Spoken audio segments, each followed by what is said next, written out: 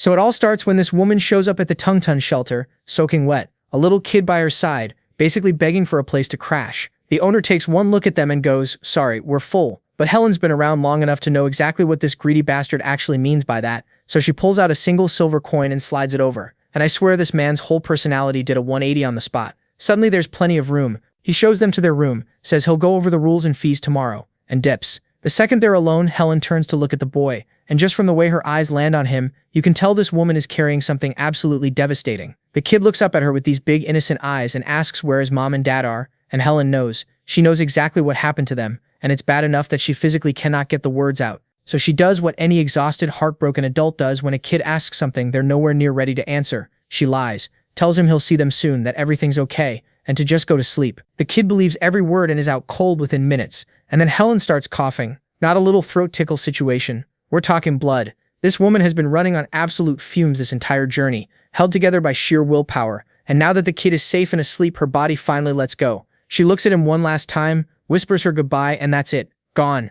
Dead in that room before morning even showed up. Rowan wakes up in the middle of the night and immediately knows something is wrong. The sheets are soaked red and Helen is just still. The shelter owner shows up with his mistress after hearing the commotion, and instead of having literally any normal human reaction to a woman dying in their building, these two are mostly just annoyed about the inconvenience. But then the mistress gets this look on her face. She's staring hard at Rowan, specifically at his light-colored hair, and goes, doesn't he look just like Pauline? And right on cue, Pauline walks in, same hair, same features. These two could genuinely pass for mother and son without anyone questioning it for a second. So this conniving woman hatches a plan on the spot and tells Pauline, "Congratulations, he's your responsibility now." And folks, now there is something you should know about this shelter. On paper, it's this wholesome charitable organization with warm beds for people with nowhere to go, funded by donations and government money. Very noble, very heartwarming. In reality, it's a straight-up money-squeezing machine that preys on desperate people, especially kids, under the cover of responsibility fees. So Pauline and Rowan, this brand new fake mother-son duo, gets sent out to beg on the streets every day just to pay for the privilege of sleeping there.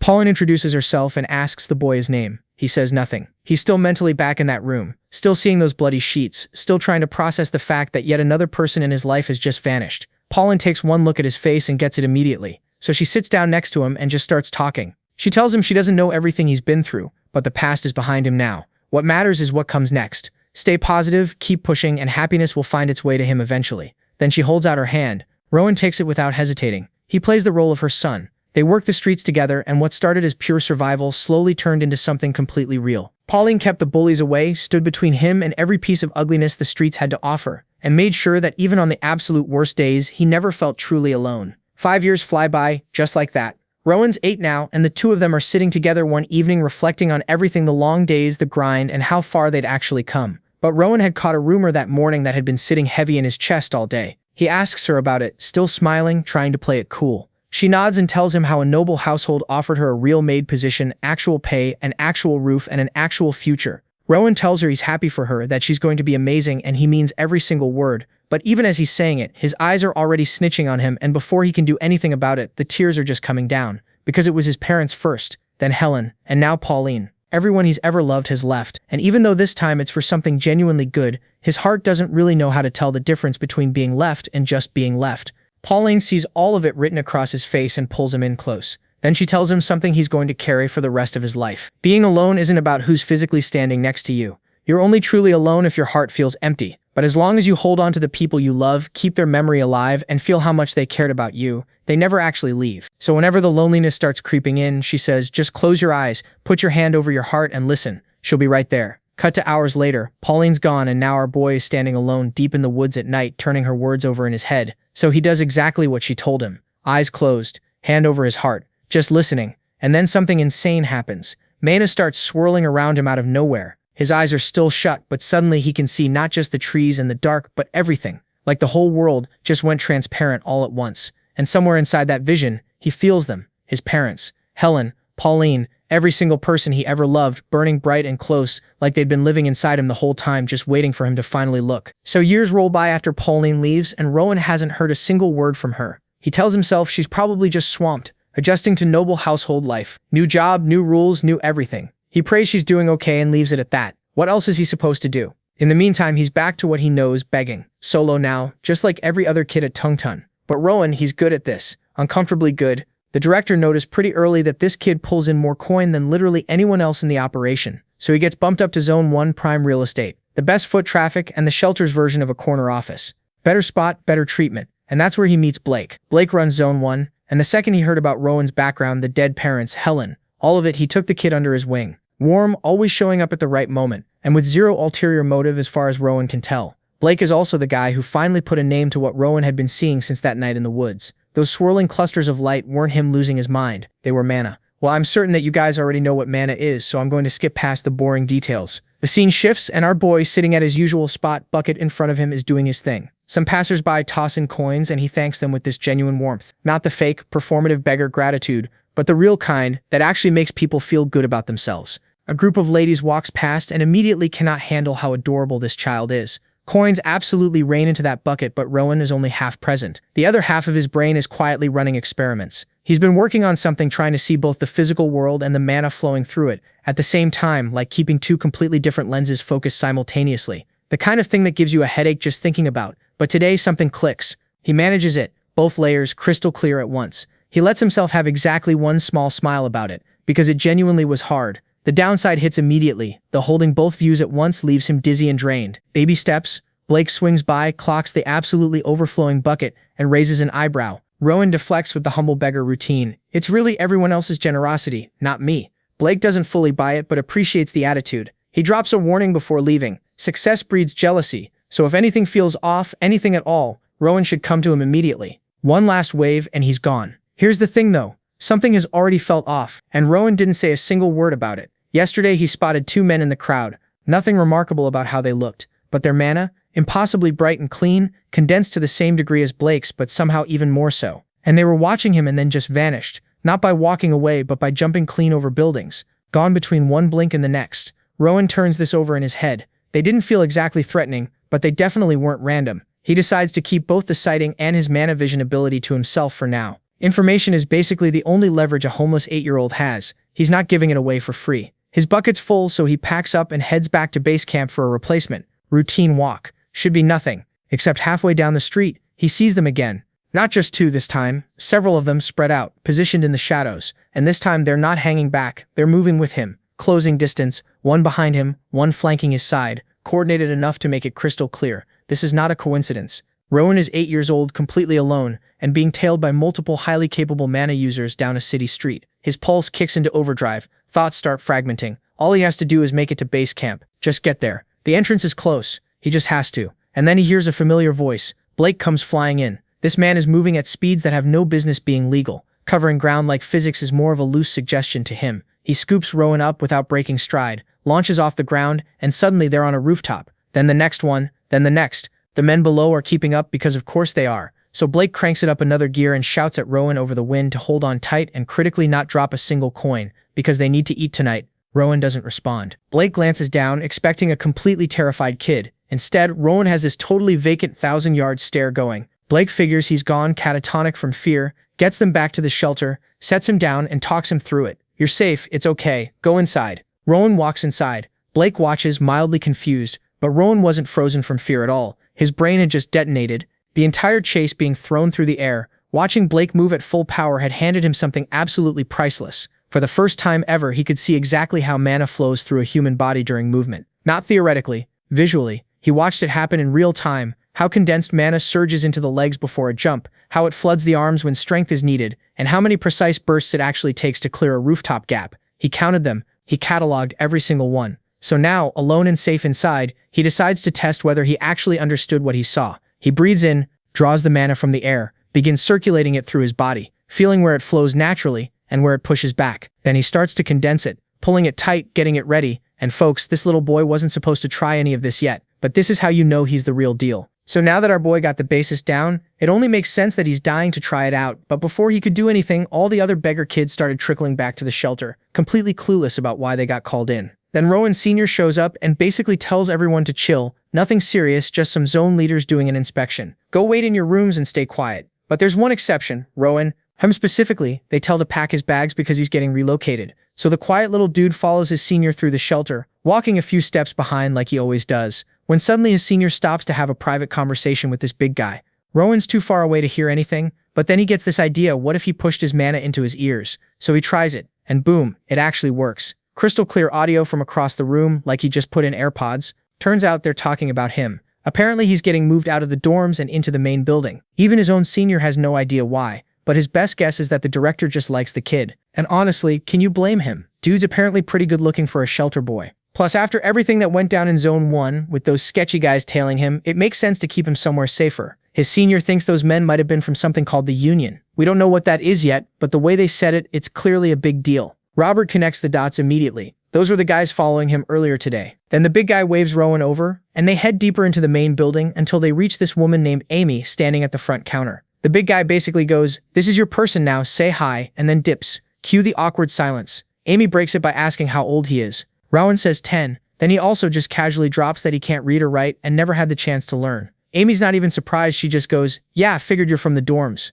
She tells him starting tomorrow she's teaching him everything so he can call her teacher, or big sister, if they're being casual. Then she looks at him properly for the first time and goes, "Damn, you're actually really handsome for a dorm kid. Man, this is unfair. This little kid is rizzing up baddies left and right." Rowan, completely unbothered, just asks, "Why do I even need to learn to read?" Amy's a little annoyed he doesn't already know why he's there, but she explains it. Reading events are basically these fancy gatherings, sometimes hosted by authors, sometimes by nobles, where a kid reads aloud to a crowd of important people. It's a big deal in upper-class circles, and this time Rowan's going to be performing at one of the shelter's big patron events. If he does well, he might even get picked for a private reading. And private readings, that's basically the fast track to getting adopted. Sponsors pick their favorites that way. For a kid who literally cannot read at all right now though. Yeah, no pressure. After this whole info dump, Rowan just stands there and bro has no reaction. Amy genuinely doesn't know what to make of him, but she gives him a little pat on the head anyway, and tells him to follow her. She shows him his new room and introduces him to the other kids. And when she leaves, Rowan starts unpacking into his very own personal closet. Something he's never had in his life. Right then, one of the boys walks up looking at him like he just saw a unicorn, genuinely shocked that this dude came from the dorms, but fascinated too. He introduces himself as Theo and goes down the lineup. The blonde girl is Noah, the middle kid is Hayden, and the quiet girl off to the side is Lily. Theo gives him the welcome speech. No bullying here, no more begging on the streets. The kids in this room handle the library, organizing books, helping guests, and keeping things running. And now that Rowan's part of the crew, they're genuinely happy to have him. Later that night, Rowan's lying in bed and his brain just won't shut off. He keeps thinking about books, about how every single thing anyone could ever want to know is probably sitting somewhere in a book. He thinks about Pauline, who always said books were the best thing you could give a curious kid. Just thinking about her fills him with this quiet, deep gratitude. Cut to the library, Zone 1. Rowan's been grinding through his reading practice, and Amy tells him to bring over everything he read that day. He drops this massive stack of books on the table, and she starts writing down all the titles. Then she stops and looks up every single book on this list is a fairy tale. She tells him to move on to Zone 2, the adult section, and throws in some genuine praise for how fast he's picking this up. Rowan is hyped. Zone 2? Adult books? He's practically speed-walking over there. He starts browsing the shelves, and honestly, every book looks interesting. He wants to read all of them immediately, but then one title stops him cold. The Birth of the Grafton Kingdom in the Union. The Union. He's heard that word before from adults in hushed tones. He opens it up, and the first thing he sees is a full map of the continent. Apparently, a region called Grafton won some massive war a long time ago, and after that the whole world got restructured. One kingdom, 6 self-governing regions. Then to make sure no one ever went to war again, the king created this organization called the Union. Been running for over 200 years. Peacekeepers. The good guys, supposedly. So now Rowan's confused. If the Union are the good guys, why did Blake run from them like his life depended on it? His first theory, maybe the Union cracks down on begging, and Blake was scared of getting in trouble. But that doesn't track either, because Blake had a totally normal relationship with the local supervisors. That theory's dead. Then a darker thought creeps in. What if the shelter and the Union aren't on good terms? And he's also curious as to why the shelter is keeping the events of that day a secret. So a few days go by, and Rowan's actually settled into his new routine pretty smoothly. His whole routine is basically showing up to the library, doing some light cleaning, and sneakily using mana to make all the physical work a little easier on himself. Now, here's the thing. Back when he was living on the streets, using mana required him to sit completely still like he was meditating for his life. But now, dude's casually circulating mana while walking around and reading at the same time. That's a massive glow-up. The only issue is his mana keeps scattering instead of actually gathering like it's supposed to, which is annoying, but Rowan's not the type to lose sleep over it. One step at a time. Then one day all the kids get rounded up in the main hallway. The vice director and Amy are up front, and without any small talk, the vice director starts reading off names for the next reading event. Theo, Lily, and Noah are all in. Cool. But when she hits Rowan's name, she actually pauses. Because let's be real, this kid just finished the fairy tale section, so putting him in front of important guests feels like a stretch. But then she actually looked at him and thought, okay, yeah, this boy is genuinely too pretty to leave in the back. His face alone would make the event look better. So instead of having him read, she told him he'd just be observing this time. Take in the atmosphere, learn the vibe. The kids who didn't make the cut at all were side-eyeing him hard, muttering about how it was unfair that the new guy who barely finished fairy tales got a spot just because of his face. Come event day, Rowan showed up in his nice clothes, and the whole room did a double take. Theo immediately hit him with a compliment. Rowan returned the favor, and then Amy walked him to his assigned seat. Once everyone was settled, there was a knock at the door and the VIP guests started filing in. And then one of those guests stopped dead in her tracks. She recognized him. This woman had seen Rowan before, back when he was out on the streets begging in the cold. Even then, she'd been completely taken by how striking he looked for a beggar kid.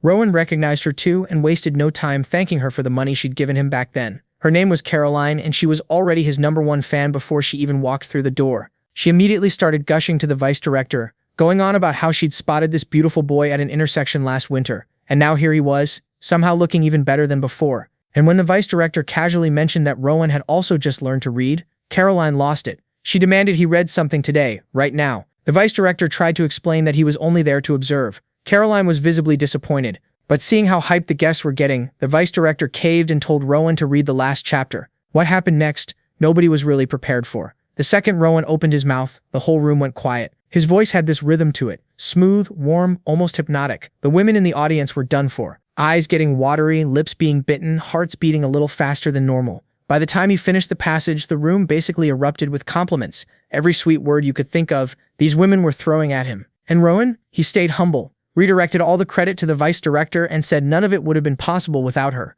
which made the women love him even more. Caroline immediately said she was coming back tomorrow to hear him read again. The vice director said yes without even blinking. Later that day, Rowan's back in the library doing his thing, browsing shelves, but this time specifically hunting for books about combining mana with physical movement. He's deep in the search when Blake creeps up behind him. Blake glances at the book in Rowan's hands and raises an eyebrow because the book Rowan grabbed is about life's pleasures. Rowan spins around and puts on this whole exaggerated startled reaction like Blake scared the life out of him. He didn't though. Rowan had sensed him coming from a mile away. Blake had stopped by to give him props for the reading event. Word had gotten around fast and Blake was genuinely bummed he missed it. Rowan told him not to sweat it. He knows Blake's out here handling actual responsibilities. Then Rowan asks if there's any update on the union situation. Blake says, yeah, those guys are causing trouble again, but he's planning to deal with them alongside the administrators. Rowan immediately tells him he's got full confidence in him. Those union guys are going to get exactly what's coming to them. And honestly, that hit different coming from Rowan. The kid just had that effect on people. Blake felt it. Blake mentions he probably won't make it to tomorrow's reading either, which is a bummer. Rowan tells him not to stress. There'll be plenty more chances. Then Rowan says something that catches Blake a little off guard, that he's more worried about Blake's safety than anything else, and to be careful out there. Blake wishes him luck back. Then on his way out, points at the book still in Rowan's hands and tells him he should definitely read that one, after the reading sessions of course. Then he's gone. Rowan stands there alone in the quiet library just thinking. He's genuinely curious what a fight between two people who've actually mastered mana control would look like. But more than that, he wants to know where he stands right now. What's his actual level? Could he even begin to compare to someone like Blake? He starts running mana through his body, just to get a feel for it, and then accidentally rips the book clean in half. The mana surged straight into his grip and cranked his strength way up with zero warning. Rowan looks down at the two halves of the book in his hands and goes, well, that answers that question. So we cut to Rowan getting summoned to the vice director's office, and the guy walks in with zero clue what's about to happen. The vice director's sitting there, clearly struggling to figure out how to even start this conversation. And then it all comes out. Turns out, our boy has completely cooked every other reader into irrelevance. Every single noble woman who's attended one of his sessions now refuses to listen to anyone else.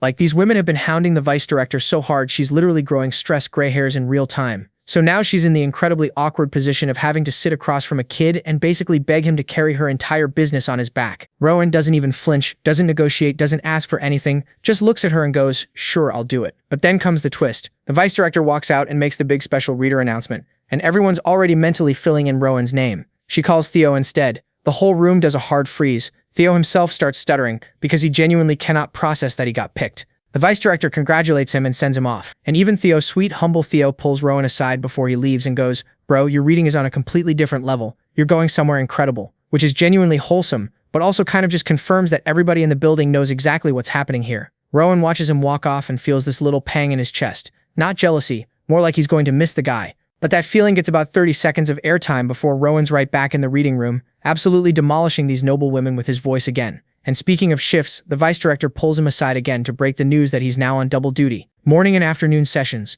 She clearly feels bad about it. You can see it on her face, but the demand has gotten completely out of hand. Now any other person would start negotiating or at least complaining a little. Robert, he sees it as an opportunity. Genuinely feels grateful that people want to hear him that badly. The only thing he asks for is short breaks between sessions because the emotional output drains him every single time. The vice director, who physically cannot say no to this kid, agrees immediately, just tells him not to wander past the backyard. Robert takes the win and heads outside. The second he gets some peace and quiet, he's straight back to mana experiments. He's running through everything he read in that book, starting with focusing mana on specific spots, muscles, joints, and bones, and then slowly letting it spread through his whole body like a current. And here's the key thing he's unlocked. Mana doesn't respond to passive thought. It needs a direct command behind it. Actual willpower, not just a polite suggestion. When he gets the execution right, his whole body lights up. When it fades, he still keeps hitting this wall with his concentration. And he's not sure yet whether the problem is his technique or something deeper with his body. But he's not rushing it. He'd rather build the foundation right than burn himself out the way he's watched everyone else do. That thought pulls him back to the memory of Blake literally having to carry him to the shelter because his legs gave out completely. He figures the Union guys probably got sick of chasing him at some point, which is at least one less problem on his plate. But something else has been quietly nagging at him.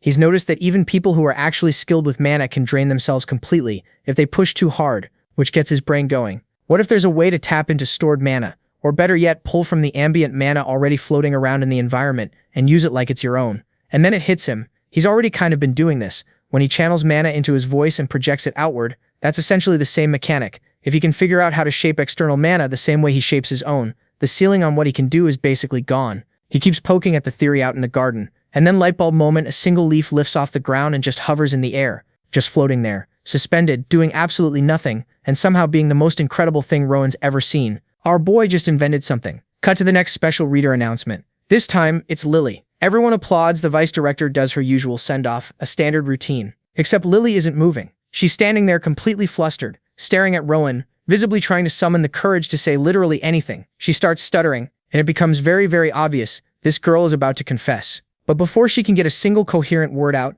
the other kids in the room start talking over everything loudly about how baffled they are that Rowan got passed over again. Because at this point, they've all done the math. The man is a cash cow, the vice director knows it, and she's keeping him here on purpose. The whole room explodes in chatter, and Lily's entire moment just gets steamrolled into nothing. Rowan, noticing she said something, turns to her and asks her to repeat it. Lily, who has completely lost her window, just walks away crying. Meanwhile, Rowan has already mentally moved on, because his brain is doing what it always does and sprinting off somewhere else entirely. He's thinking about how every special reader ends up placed with a good family, which means leaving the shelter, new environments, new people, and new experiences.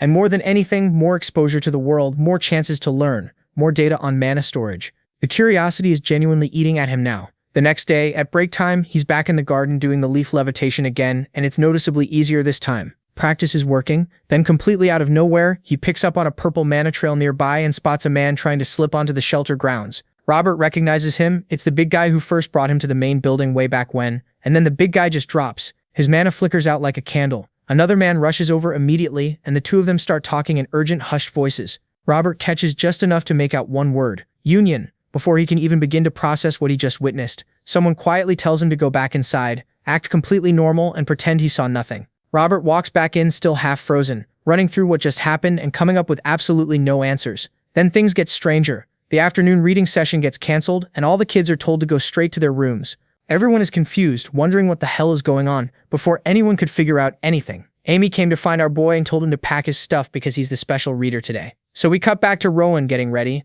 and already something feels off. Amy's entire energy has done a complete 180. That warm, familiar vibe she usually has with him evaporated. She's cold, flat, and serious, and it's putting him on edge in a way he can't quite shake. He's also still turning over those two guys from earlier in his head, and the whole Union mention, and his gut is screaming that all of it is connected to why the afternoon session got canceled without so much as an explanation. He heads out and finds Amy already waiting, dressed up, ready to go, and with zero small talk. She glances at his outfit, and there's this tiny flicker across her face, like she almost said something, but then she just tells him to follow her and starts walking. Rowan asks if he's being taken to Caroline, which honestly would have been a best-case scenario. Amy doesn't answer, she just walks. Somehow that's worse than a no. They don't go anywhere, he recognizes. Instead, they head towards something called the Annex, a completely separate relief shelter, and the moment Rowan lays eyes on it, his whole body goes stiff. The place is dark, oppressive, and radiating pure bad vibes. And it's not just a feeling either. He can actually sense it. The mana inside that building is wrong. Everyone in there is carrying something heavy, something suspicious.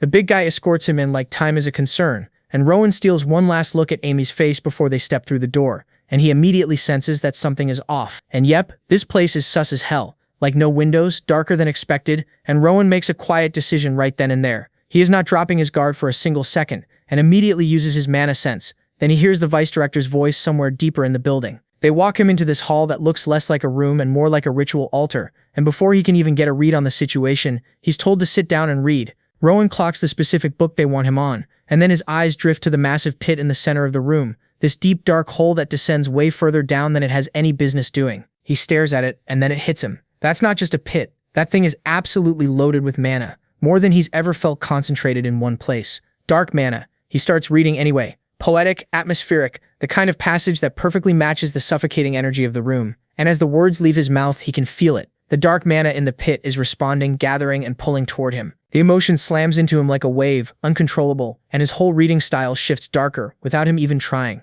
But then the second thing hits him, and this one is a problem. The pit isn't feeding him. He's feeding the pit. His mana is getting drained with every single word, his body getting weaker sentence by sentence. He can't stop though, and he knows it. If he stops now, the shelter gets exposed and the Union moves in. So he endures it and immediately starts building a plan. Absorb the external mana around him and redirect the flow to protect himself. And it actually works. So now our boy's in full control. He even feels a little relief wash over him. Now he can keep reading without getting drained, and use his mana detection the second any Union members show up. So he buys time on purpose, dragging the reading out. The people who set this whole thing up are getting antsy though. The ritual should have wrapped by now. They decide someone needs to go check on what's taking so long. Rowan already knows they're coming, but then something completely unexpected happens. Instead of coming toward him, the shelter people burst into the room and go underground, straight into the pit. Rowan watches them disappear below and thinks, what the hell is actually being fed down there? The scene cuts to the housemaster getting slapped clean across the face. The vice director grabs him. The guy running the ritual is furious, convinced they tried to bail on the whole operation.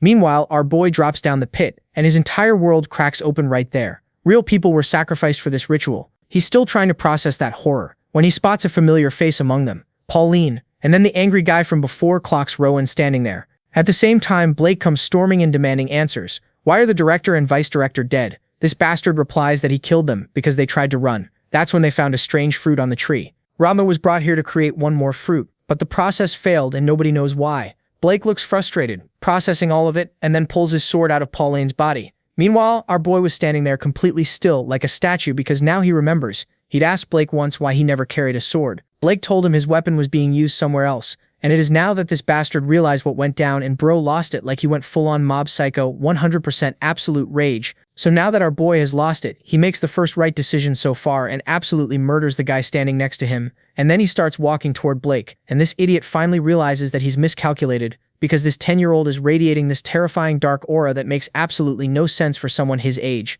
Blake didn't even get to finish his little villain monologue before Rowan blitzed him with a speed and force that had no business coming from a child. But then the fight just stops for a second, because Rowan's attention snaps to the tree, the dead, horrible, cursed tree, and he just starts crying like he absolutely loses it. Then he pushes his own mana into the tree and dives into the memories trapped inside it, and what he sees is brutal. Terrified children, helpless people, all of them are gone, and then buried in all that horror, he sees something unexpected, an older version of himself, like a fully grown Ronan staring back at him. Before he can process any of that, the memory sequence cuts off. Ronan's yanked back out, left with more questions than answers, but something shifted inside him.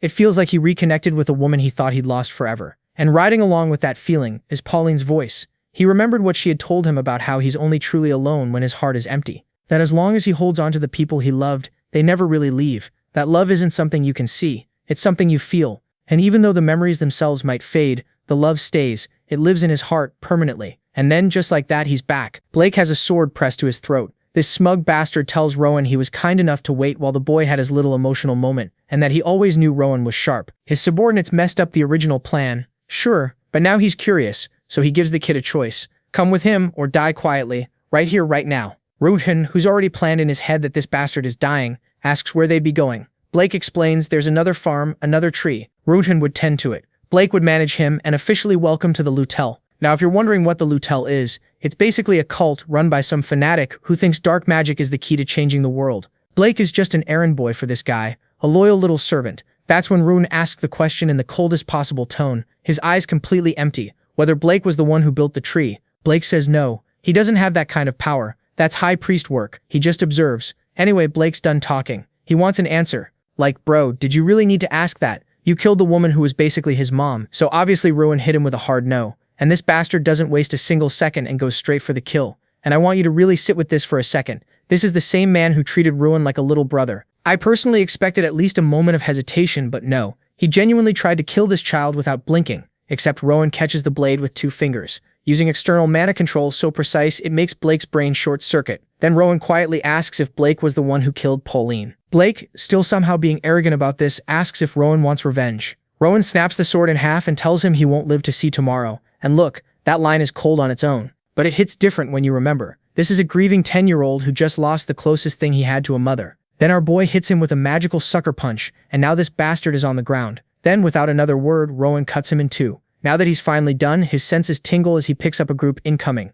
Sure enough, a whole squad comes rolling in, ready to sweep the area and presumably judge everything they find. Leading the pack is Oscar, vice captain of the Union's Faith Division, who spots Rowan immediately and cuts straight to it. Is this kid using telekinesis? Rowan blinks like he just asked something deeply personal. Oscar rephrases, did the Lutell teach him? You know the thing, the magic stuff. Rowan says no, he figured it out himself. Oscar almost chokes because that is genuinely the most unhinged thing he's ever heard come out of a child's mouth. And he has heard things, but the kid isn't lying. Oscar can tell, which makes it so much worse. They get to talking, and Rowan proceeds to absolutely work Oscar over. He clocks his rank just from his badge. He casually drops knowledge about the Faith Division's recon operations. Then he shows off his telekinetic abilities, and one of Oscar's subordinates visibly has to collect themselves because they were not prepared for that. One of his men pulls Oscar aside to whisper that the tree was grown less than 2 years ago, and the binding spell has been undone, though Oscar notes that any high priest would have left mana traces behind, unless it was Father Sion. Meanwhile, Rowan is just staring at the tree, at the house, at lilies, quietly marinating in the guilt of not being kinder to them when he had the chance. He asks Oscar how many trees like this he's come across on his missions, essentially asking, how deep does this go? How big is this thing? Oscar answers, but he's watching Rowan the whole time, because a normal kid in this situation would be losing it, crying, shaking, completely coming apart at the seams. But this one, he's different. He's focused, controlled, and already knows what he wants to do next. Rowan asks to join the Faith Division. Oscar figures the kid is in shock and just incredibly good at hiding it, better than most adults, honestly. He tells him they'll run a special investigation first, before anything gets decided, and tells him to follow. As Rowan walks away from it all, the tree, the bodies, the whole grim scene, his eye catches something on the dead vice director's body. A single coin just sitting there unclaimed. He pockets it without breaking stride. So we cut to outside the building, and one of Oscar's guys is giving the official damage report, and this is the gist of it. The Faith Division came out totally unscathed. As for the body count, 13 dead from the cult side, 3 from the shelter. As for suspects, they've narrowed it down to 2 people, and one of them is apparently Amy. Oh, and the high priests and the big shots of the Lutell group? Turns out they only set up the ritual space, they didn't actually break it. So the investigation's still ongoing because nobody can figure out how the whole thing collapsed in the first place. With the report done, Oscar turns to Rowan and asks where the kid feels most comfortable. Rowan says the library, and because Oscar's actually a decent human being, he's like, alright, library it is, led the way. In the next scene, they're both sitting in the library having a proper conversation. Oscar kicks things off by pointing out that even here, surrounded by books, there isn't a single one about mana cultivation. So he's dying to know how exactly did this kid teach himself magic. Rowan's like, I'm smart, I just figured it out, and seeing the confidence even Oscar, a grown adult professional, had to admit, yeah, this kid's probably telling the truth, and yeah, he's probably incredibly gifted. Still, he needed to hear Rowan's full account of everything that went down. So Rowan walks him through it all, starting from the very first moment he arrived at the shelter, all the way to his conclusion that Pauline was most likely the one who passed her abilities on to him. After hearing the whole story, Oscar's still sitting there with a ton of questions because nothing about this kid adds up, like Rowan has 0 mana training, 0, and yet he managed to kill 2 members of a Lutell organization, one of whom was Blake, a skilled swordsman. Not only that, but he also somehow shattered a high priest ritual, which is not something you just stumble into doing. On top of all that, the kid's using telekinesis without saying a single magic word, which apparently isn't normal, and to top it all off, he doesn't even look tired. This boy just casually rewrote the rules of magic and didn't even break a sweat. Rowan, meanwhile, is curious about the tree and wants to know what it actually was. Oscar gives him the full breakdown in simple terms. It's a ritual device created by the Lutells specifically to harvest human life. The whole point is to produce a fruit made from condensed life energy, basically solidified mana in physical form, which makes it insanely valuable on the black market. The fruit gets consumed, and whoever eats it gets a straight-up boost to their mana capacity. As for why reading was involved in the ritual, specific conditions have to be met to stabilize the tree and improve the fruit's quality. Reading aloud apparently does exactly that. Robert immediately connects the dots. He remembers how the tree seemed engaged with his story, almost like it was listening. That's why it stabilized the reading was working. And then he takes it a step further, and realizes before these things were trees, they were actual human beings. Oscar's genuinely impressed. That's exactly what he'd concluded too, and this 10-year-old just got there on his own. Then Rowan asks what telekinesis actually means, because he keeps hearing the word. Oscar explains it's a type of magic that lets you move objects using mana.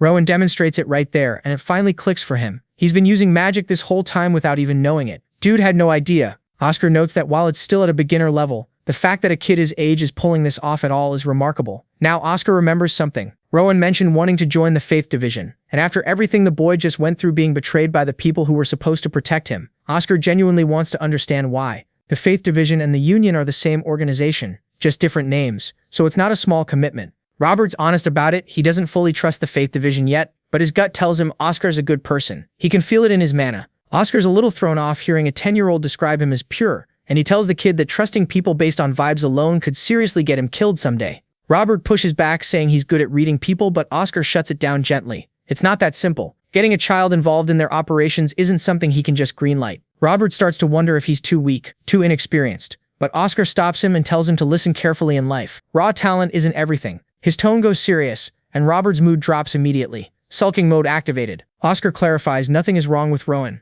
The problem is making exceptions for outsiders is complicated, and the kid is very young. Robert, not missing a beat, asks the obvious question. Is age really more important than actual ability? That lands. Oscar pauses, because the honest answer is, Robert did just take down 2 grown men. The talent is real, but the Union, frustratingly, measures experience by age, not skill. Oscar admits it. Rana asks if that means he's too immature for them. And that's when Oscar decides to give the kid a real shot. He reframes the whole conversation as a practice interview and starts asking real questions. First one, why did Ron kill Edgar? Edgar wasn't an immediate threat at the time. Ron answers without hesitation. Edgar had already killed the shelter owner and his wife. The pattern was obvious. Hesitating would have just meant Ron was next.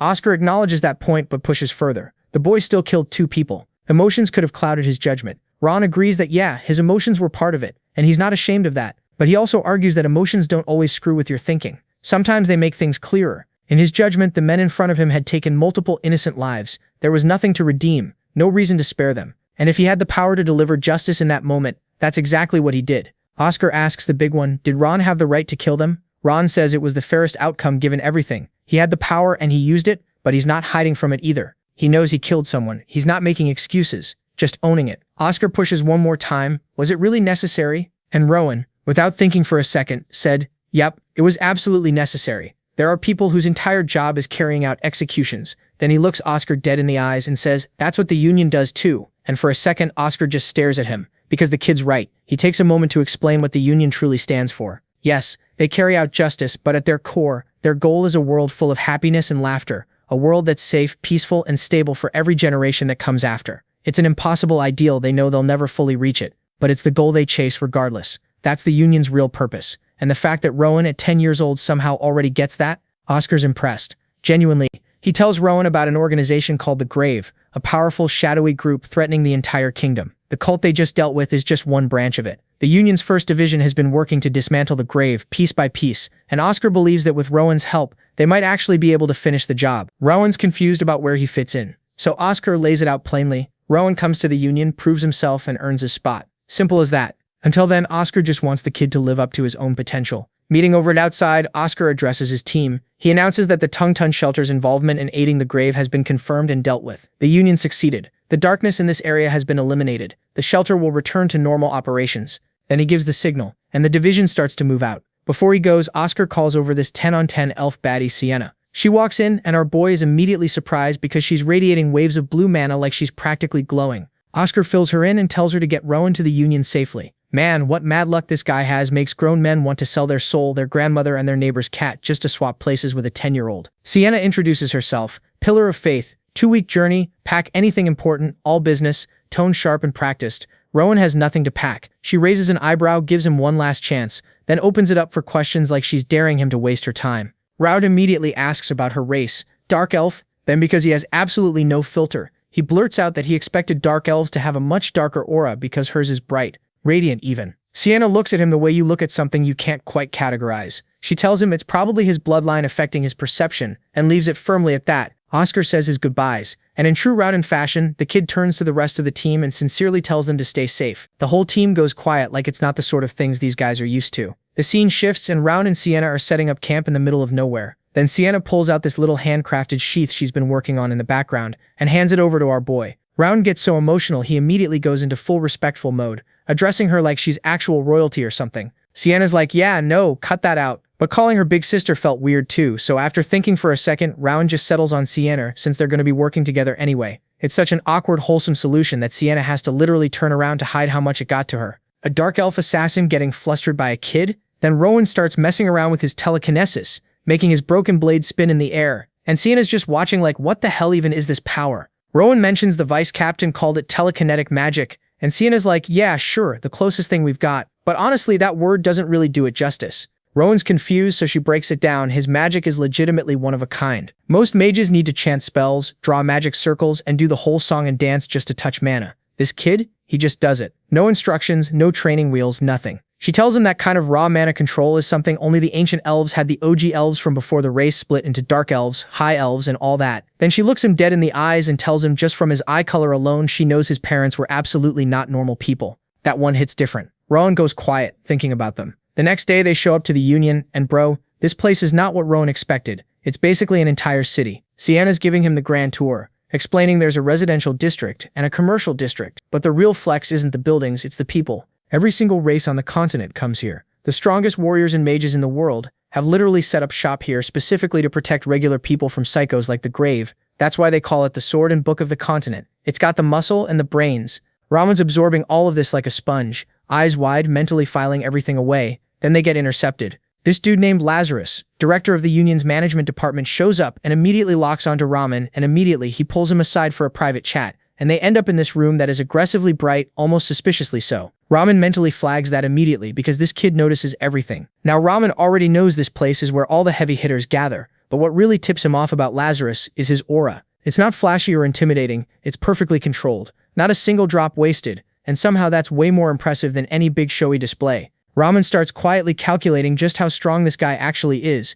Then Lazarus does something unexpected. He politely asks for Rowan's hand and holds it with both of his, and the second he does, Rowan feels it. This man is doing the exact same mana control thing Rowan does, except on a completely different level. Like if Rowan's been drawing stick figures, this guy's out here painting the damn Sistine Chapel. Instead of being scared, Rowan's hyped. He didn't know other people could do this. He didn't know it could even go this far. Man's practically vibrating with excitement. Then Lazarus's eyes slide over to the coin hanging off Rowan, the one he took from the deputy director. Before the man can even ask, Rowan sets the record straight. He didn't steal it. It was his grandma's. He just took back what was already his. Lazarus asks to see the emblem on it, and here's where shit gets interesting. He asks nicely, but Rowan's body just straight up doesn't move. He tries to pull his hand back, Catan. Tries to shift his weight, Catan. Lazarus has basically stitched their mana together, locking him in place without making a single aggressive move. It's the most polite prison cell Rowan's ever been in. So Rowan thinks it through in real time. If he can handle the gravity pressure and the mana pressure at the same time, maybe he can slip out. He tries it, and he actually pulls it off. Lazarus looks genuinely impressed, but Rowan's already annoyed with himself because all he really did was copy the director's own technique back at him. Nothing original, except Lazarus noticed that too, and he's even more impressed because of it. Lazarus examines the emblem, and for the first time, his perfect mana control flickers. Just for a split second, Rowan catches it instantly. The director thanks him genuinely, not just out of politeness for showing him something he'd been wondering about for a long time. Rowan, still curious, just straight up asks, "Are you the strongest person in the Union?" Lazarus laughs and waves it off, calling himself just an old raccoon helping the next generation. Rowan takes that completely literally and misses the joke entirely, which is very on brand for him. But Lazarus answers honestly, the 17 captains are terrifying. The commander above them is on another level entirely. And then there's the governor and top brass above even that. Compared to those people, yeah, the raccoon checks out. Ronan asks if he can come back with more questions sometime. Lazarus tells him, sure, just book an appointment. As they wrap up, Ronan mentally files Lazarus under two categories, good and strong. High praise coming from this kid. He walks out feeling solid, like coming to the Union was the right move, and then he sees his new home, the Union Academy. Sienna explains it's where Union members send their kids when they're away on long missions, which basically makes it a school full of kids who grew up in this life. It's not specialized. It covers swordsmanship, magic, martial arts, all of it. Building students up from the ground up. The idea is 5 years here could turn Ronan into something genuinely terrifying. The second she mentions school, something in Ronan just lights up. Cut to the next day, and our boy's looking fresh in his new uniform, dripped out and ready to learn. He asks the woman if she's a teacher, and she's like, oh shit, I forgot to introduce myself properly. It turns out she's Daphne, the head of academic affairs and a language teacher. Basically, she's kind of a big deal. She hands him the first-year class schedule with a list of elective subjects he can pick from. And bro, the options are stacked: mana manipulation, swordsmanship, astronomy, all kinds of cool shit. Our boy looks at this menu of knowledge, and his eyes light up. So what does he do? He checks every single box. When Daphne gets the paper back, her jaw hits the floor. She's like, "Kid, are you insane? This workload would break most students. If you fail even one of these classes, you're cooked." But our boy's sitting there like, what's the problem? Because he genuinely doesn't understand why anyone would find studying difficult. Daphne's looking at him like he's an alien. Because what kind of child wants to study everything? Most kids would rather eat dirt than do homework. But this little psychopath is built different. She's trying to warn him about the insane amount of homework he'll have, but he's not budging. Finally, she just gives up and accepts his list. Probably thinking, you know what? Let him learn the hard way. She tells him to follow her to his first class. In the next scene, our boy walks into the classroom behind Daphne, and his eyes are darting everywhere, taking it all in. He immediately notices something important. Every kid in this room has way denser mana than he does. This confirms what he already suspected. His body is the problem, not his ability. Anyway, Daphne introduces him as the late transfer student and gives him the floor. Rowan steps up to introduce himself, and he's getting flashbacks to those reading sessions at the shelter, so this feels familiar. He gives this polite, wholesome introduction about hoping to get along with everyone. And bro, his voice, this kid's voice is so smooth and sincere that it literally touches the teacher's heart. Look at this little bastard already rizzing up the teacher. Once our boy takes his seat, the class begins. Daphne tells everyone to turn to page 24 and asks Rowan to read, since she knows he learned how back at the shelter. He opens the book and immediately recognizes it. It's the same damn book Amy used to test him with. His mind flashes back to the shelter where he was reading beautifully with this elegant-ass tone that had everyone mesmerized, but now he's feeling some type of way because Amy, the girl who taught him, turned out to be part of the Lutell group that betrayed him. Still, our boy's mature for his age. He's thinking maybe he should give her a chance to explain herself because he doesn't actually know her side of the story yet. In his head, he's like, people are way more complicated than textbooks, which is some deep shit for a kid to be thinking. By the time he finishes reading the passage, the entire class erupts in applause. Even the teacher is gushing about how talented he is, praising the school for snagging such a gifted student. After class, some kids come up to him like, yo, you're insane. Daphne never gets impressed by students, but you had her shook. Our boy's collecting fans left and right, but then this short-haired girl with green eyes approaches him. The moment he sees her, something clicks. He recognizes her from that vision he had earlier. She introduces herself as Sophie Paulbel, the class president and student representative. They shake hands and she asks what elective he picked.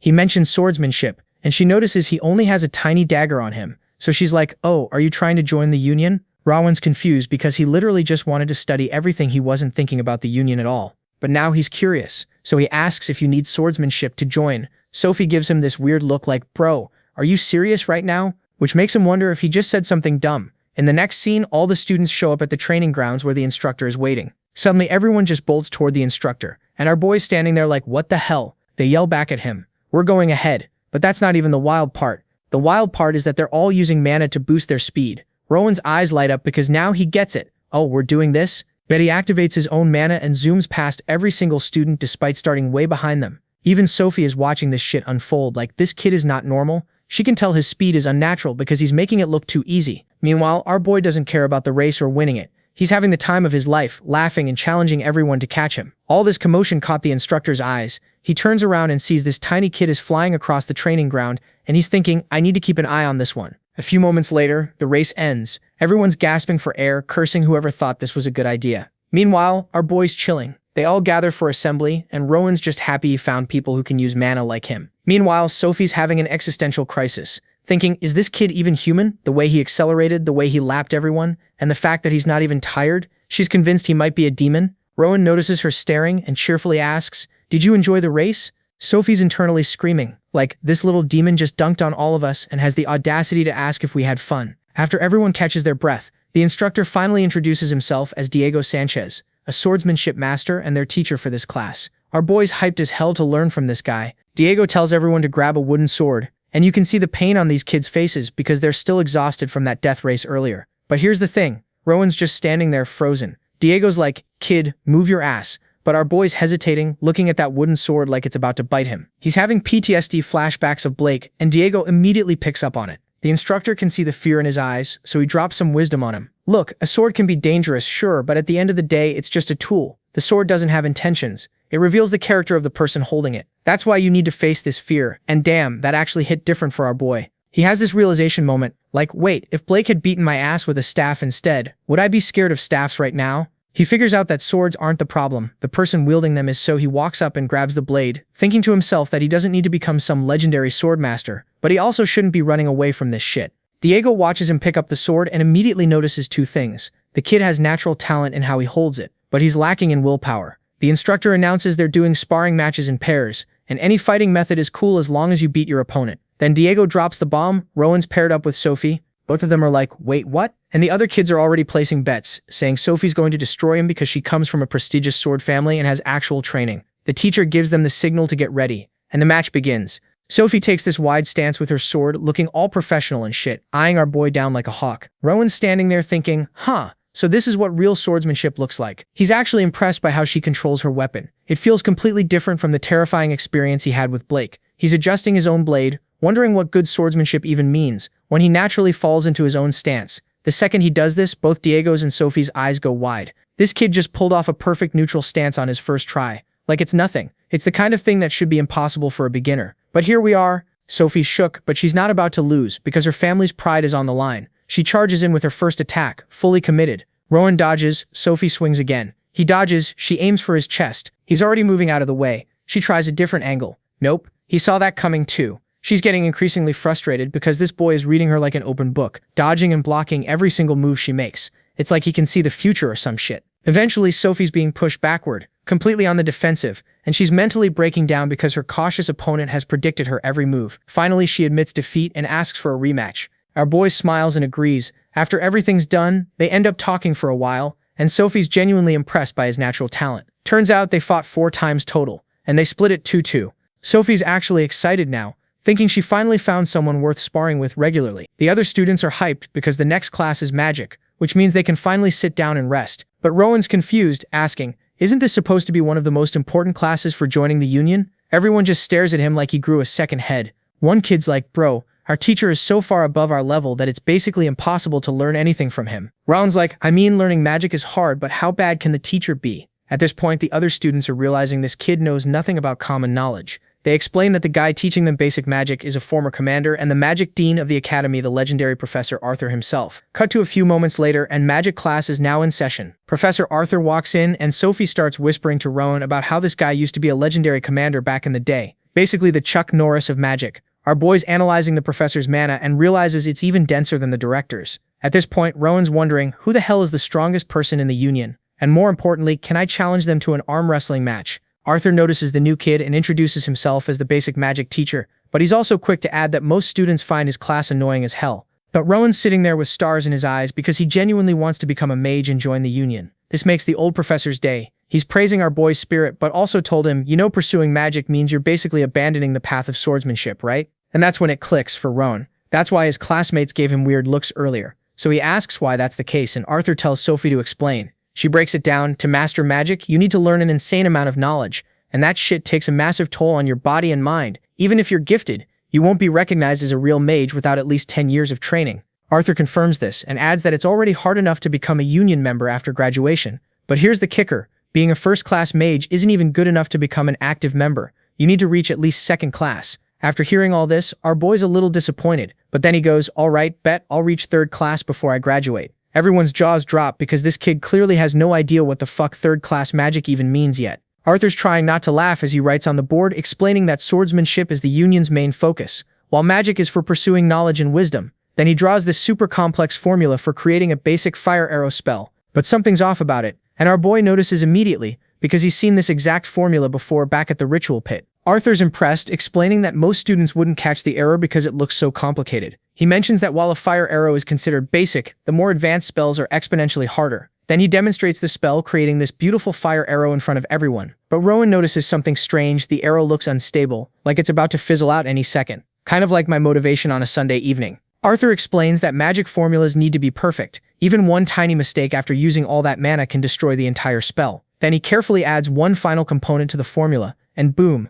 the arrow suddenly becomes way larger and more powerful. Everyone's mesmerized by the display, probably thinking, damn, that's hot. Because it literally is, it's fire. Arthur drops more knowledge. Mages have to memorize these formulas and make sure they're flawless every time. Adjusting a spell requires insane patience and skill. Like turning a fire arrow into a fireball uses more mana and puts extra strain on your mind and body. On top of that, magic has way more limitations compared to swordsmanship. Sophie chimes in, explaining that channeling mana directly into a weapon is usually easier and more efficient than casting complex spells. The instructor adds that using mana is extremely draining, so a mage's power depends entirely on their personal mana reserves. Rowan's connecting the dots now. He understands that a mage's abilities are limited by the size of their mana pool, and if that's true, then his naturally low mana is going to be a massive problem. Still, he's thinking maybe if he studies the principles hard enough, he can find some kind of workaround, even though it seems like a long shot. Professor Arthur tests him with a question, asking what's needed to cast a spell. Rowan correctly answers that you need a formula, but then he adds that these formulas would be impossible for mages to remember mid-battle.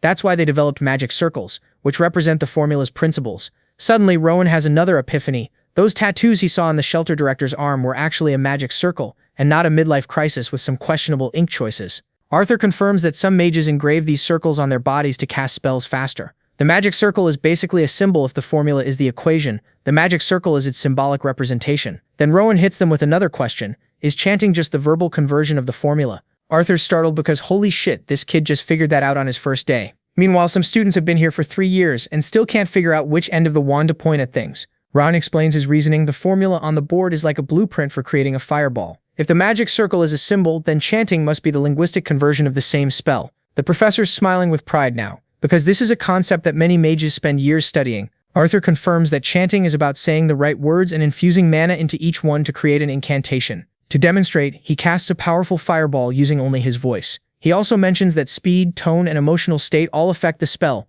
making it similar to recitation. And our boy's absolutely fascinated. No recitation in his entire life has ever captivated him like this one. The professor's worried he might have scared Rowan off with all this complexity, so he asks if he still wants to pursue his ambitious goal. Our boy's response? Hell yeah, I'm even more interested now. Arthur's pleased and decides to start the class by teaching ancient languages. He hands out books for everyone to decode, and you can see the despair on these kids' faces. By the end of class, Sophie's completely drained from all the homework. She's regretting enrolling in so many classes this semester. Meanwhile, Rowan's sitting there completely fine, unfazed because this absolute madman filled his entire schedule with classes. No breaks, nothing. His curiosity is so intense it's actually annoying. Sophie at this point. She mentions that his roommate is someone named Lucas, which doesn't ring any bells for Rowan. She says goodbye and heads out. Back in his dorm room, our boy's already grinding. He's trying to understand the spell based on the formula, thinking that since he doesn't have the mana reserves to use powerful magic the normal way, maybe he can create a new kind of magic better suited to his abilities. And somehow, to his complete shock, he actually succeeds in creating a functional spell. This is insane. It's an incredible accomplishment. But there's a catch. The physical toll it took on his body was brutal. The spell worked, but it knocked him out cold. When Lucas returns to their room, he finds Rowan passed out on the floor, and he's just standing there like, what the hell happened here? The scene shifts, and while our boy's knocked out cold, he starts hearing a familiar voice calling to him. It's Sienna, and she's over here having a guilt trip, blaming herself and the other teachers for pushing him too hard. They all thought he was some genius prodigy who could handle anything they threw at him, but clearly they fucked up. Finally, our boy's eyes open, and the first thing he sees is Lucas hovering over him like a concerned mother hen. This dude is relieved, like genuinely happy Rowan didn't die or something. He introduces himself properly as Lucas von Parcel and confirms he's Rowan's new roommate, and he's just thankful he didn't walk in on a corpse, because finding your roommate passed out on the floor is not how you want to start the semester. Rowan's sitting there confused as hell, like, wait, I passed out? Apparently yeah, but it's not life-threatening or anything. What he can't wrap his head around is why Lucas is acting like he's his helicopter mom right now. Turns out, Lucas's dad, who just happens to be Oscar, the vice captain, specifically ordered his son to babysit Rowan's ass. And this man is really out here hoping Rowan will drop a good word about him to Daddy Dearest. Based on how chill Lucas seems, Rowan figures he's trustworthy enough. Also, can we talk about how Lucas is massive? Like, you'd swear this guy's a senior, but nope, same year as Rowan. He is 2 years older though, and before you think he's some late bloomer who started school late, let me stop you right there. My man has failed attendance requirements twice. This absolute legend is a professional at not showing up to class. He's also allergic to studying, but we'll get to that later. Lucas asks if Rowan knocked himself out practicing magic, which is a fair assumption since their room looks like a bomb went off. Rowan confirms he was trying to cast a fireball, but everything after that is blank. Lucas, who's more of a sword guy himself, admits he's kind of disappointed Rowan isn't leaning into his obvious sword talent, since he's basically following in his dad's footsteps anyway. Rowan's looking at Lucas and noticing some things even though the dude's 2 years older. His mana is way denser than other students, and his physical build, absolutely jacked. Our boy's genuinely impressed by the work Lucas has put in, and feeling a bit insecure that he's falling behind. Despite just waking up from passing out, Rowan's ready to drag himself to class like the stubborn idiot he is, but Lucas somehow talks him into skipping, getting some fresh air and grabbing food instead. Rowan agrees but can't help roasting him. This is exactly why you've failed twice. You'll skip class for literally any reason. Cut to them finding a spot to eat, and Lucas is insisting Rowan needs to stuff his face to recover. But then Rowan senses this faint mana trace nearby. He's like, we have to check that out, and Lucas is down, so they head to a magic shop. Inside, Rowan notices most items are infused with mana, while Lucas is over in the corner sneezing his lungs out from all the dust like he's allergic to the entire store. Then the horrible realization hits Rowan. He's broke, like completely, utterly, devastatingly broke. He's out here regretting not keeping some cash from the shelter. But Lucas, proving he's a real one, offers to cover him since it's technically part of his dad's assignment anyway. This man's really earning his homie card. Our boy decides to test the waters and jokingly asks Lucas to buy everything in the shop. Lucas pulls out this sad little handful of coins that couldn't buy jack shit, but it should at least cover one item. So Rowan starts browsing for something within his roommate's peasant budget. Then something catches his eye, an egg with this weird magic circle carved into it. It's giving off this sharp, murky mana signature that's honestly fascinating. And the best part? The price tag is dirt cheap. The shop owner walks over and explains he's looking at the stone of Galatia, which most people just use as fancy home decor. Everyone assumes the egg will never hatch, so it's basically a useless paperweight that looks cool on a shelf. Rowan asks what's inside, but even the owner doesn't know. According to legend, the stone acts as a cage for some mystery creature. The owner bought it thinking he'd flip it for profit, but nobody gave a damn since it never hatched.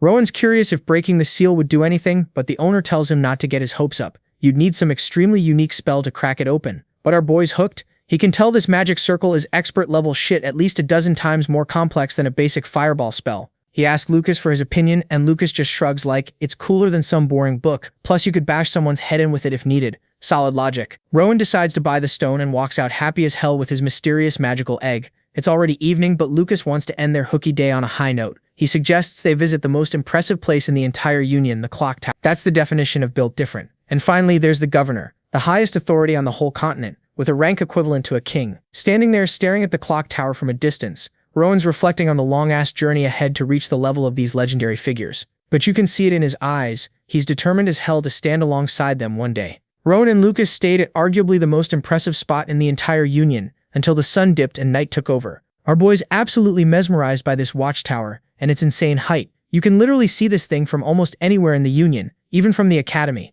Curiosity gets the better of him, so he asks Lucas what the red hands on the clock mean and how to read them. Lucas scratches his head and squints like he's trying real hard to remember. After forcing his two brain cells to work together, he finally recalls that the characters on the outer red band show the current year. Rowan takes a closer look and realizes the symbols are in ancient languages. Then Lucas just throws in the towel and admits he never learned how to read these clocks. My man's been living here his entire life and never bothered figuring it out. Rowan uses his big brain energy and works it out. It says year 262, which tracks since they're currently in Kingdom year 262. From there, he decodes the other dials for month and day. It's 7:20 p.m. on June 14th, 262. Our boy needed maybe a minute to crack this, while Lucas, who literally grew up staring at this tower, never gave enough shits to learn. But here's where things get heavy. The reason Ron's so obsessed with this tower is because he's seen it before in that grim-ass vision from the tree. That illusion showed the clock tower as ground zero for total apocalyptic destruction. And if he's remembering correctly, the clock in his vision was pointing to June 14th, exactly 10 years from today. After chilling a bit longer, the roommates finally head back to their dorm. Once Lucas confirms Ron's not gonna pass out again, he grabs his wooden sword and dips.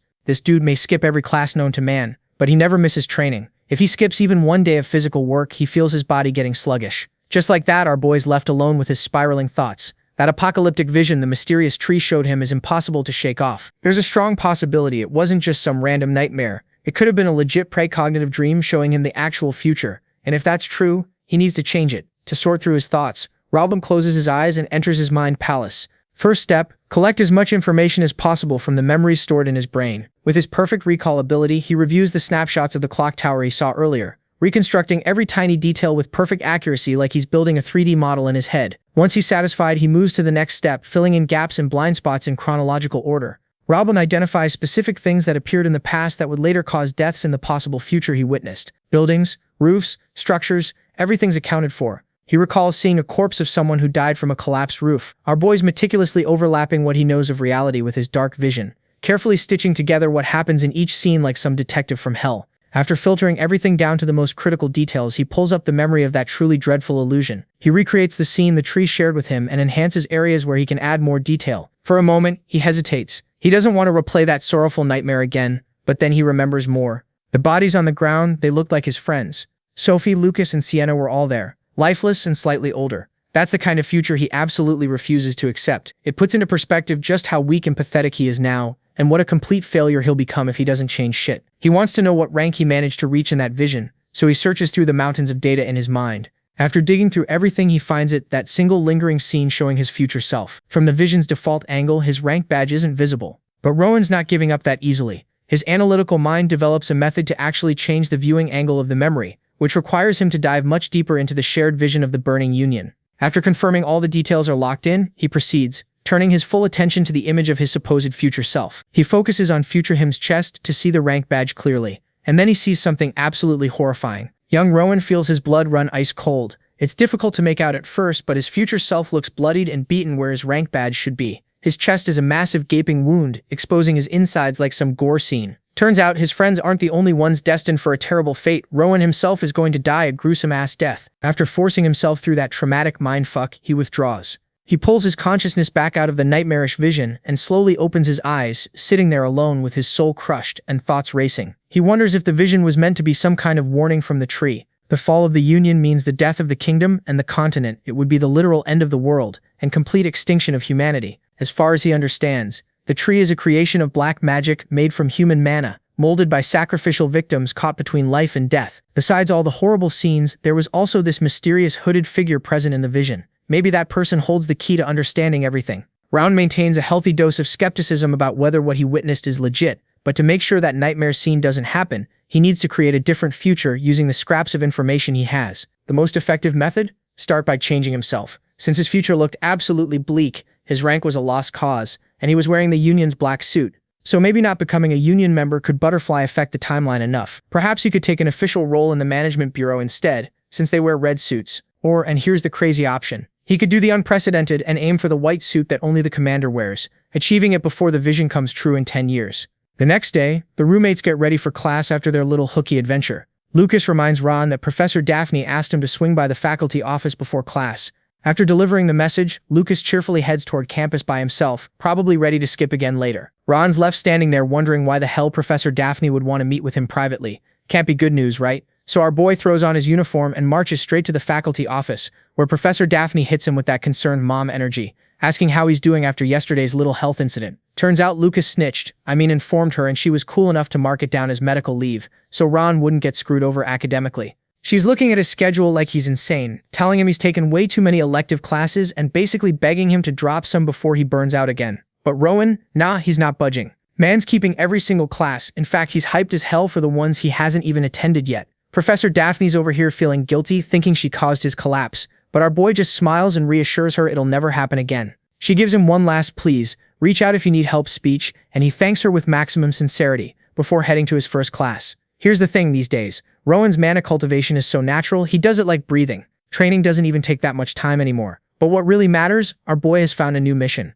He wants to turn all his homies into absolute powerhouses. The second he walks into the classroom, everyone whips their heads around to stare at him with that "Bro, are you okay?" concern plastered on their faces. They'd all heard about the incident and were genuinely worried. Rowan's touched by this, and it just makes him more determined to help them level up. His logic? If he can get all of them to reach god-tier power levels, maybe just maybe they'll all survive that apocalyptic future he knows is coming. So Rowan clears his throat and asks for everyone's attention, because he needs a favor from the entire class. First, he calls out Isidore, Marissa, Leon, and all the magic nerds who wouldn't touch a sword if their lives depended on it. Then he addresses Flora, Sebastian, Lucas, and the Sword Bros, who've literally never stepped foot in a magic lecture. All the students are low-key emotional that the Academy's new golden boy remembered every single one of their names, like, these are literal background characters, and he still knows who they are. Sophie, nosy as always, jumps in asking why he's bringing this up out of nowhere. Rowan explains he wants everyone to take both courses, magic and swordsmanship. He's worried he might be asking too much. But here's where it gets funny. The female students are already sold our boy's got that protagonist charm cranked to 100, so they do whatever he asked at this point, no cap. The male students, though, they're side-eyeing this proposal hard. Like, bro, we already picked our courses for a reason. Why would we add more work? Ron gets it, but instead of arguing, he decides actions speak louder than words. He turns to his roommate Lucas, literally the last person you'd ever expect in a magic class, and asks him to just try basic magic studies for one day. And somehow, with his pure sincerity and protagonist energy, Ron actually pulls it off. Nobody can say no to this man's face. Professor Arthur, the Dean of Magic Studies, walks into the lecture hall and damn near does a double take because there are no empty seats. He'd heard the rumors about Ron convincing everyone to show up, and honestly, man's feeling pumped, seeing a completely packed lecture hall for once, all thanks to our boy. Ron just wants to prove to everyone that magic isn't some mysterious, impossible thing. Hearing him talk about magic with such genuine hype, Professor Arthur gets curious and asks what Ron plans to demonstrate. Our boy asks permission to use the teaching platform real quick. The professor laughs and warmly invites him to the front, because why not? Lucas is sitting in the audience next to Sophie, not knowing if he should be embarrassed or proud that his roommate has absolutely zero fear. Meanwhile, while Rowan's getting ready to do his thing, there's a whole different scene unfolding outside the lecture hall. Some big shot from the Union showed up to a first-year class this early in the morning. Professor Daphne immediately clocks that it's probably about Rowan. Director Lazarus admits, yeah, the boy's one reason, but monitoring the school is technically part of his job anyway. On top of the two Union officers, Miss Sienna Runner also rolled up because it's her day off. Though day off is generous, Vice Captain Oscar still gave her a task to handle. But here's the really interesting part. Mr. Diego Sanchez left his precious swordsmanship training grounds to attend a magic class. Apparently, he heard his top freshman swordsman enrolled in magic today, and wanted to see what all the hype was about. Next to him is the principal himself, who basically just tagged along to keep Director Lazarus company. Professor Daphne looks at this lineup of Academy and Union VIPs and tells them they cannot disrupt the class under any circumstances. They're here to observe quietly. The second she carefully cracks open the lecture hall door, she's immediately smacked in the face by intense heat. There's a straight-up crimson flame floating in the air, eating up all the oxygen in the room. But in complete contrast to this destructive-ass fire, the kid who made it looks calm as hell. Rowan standing there looking like pure joy and wonder, personified. Professor Arthur's thrown up a magical barrier to protect the other students, while our boy's casually flexing with a perfect fireball. And it doesn't matter how talented a student is, the fireball spell isn't something someone Rowan's age should even be attempting.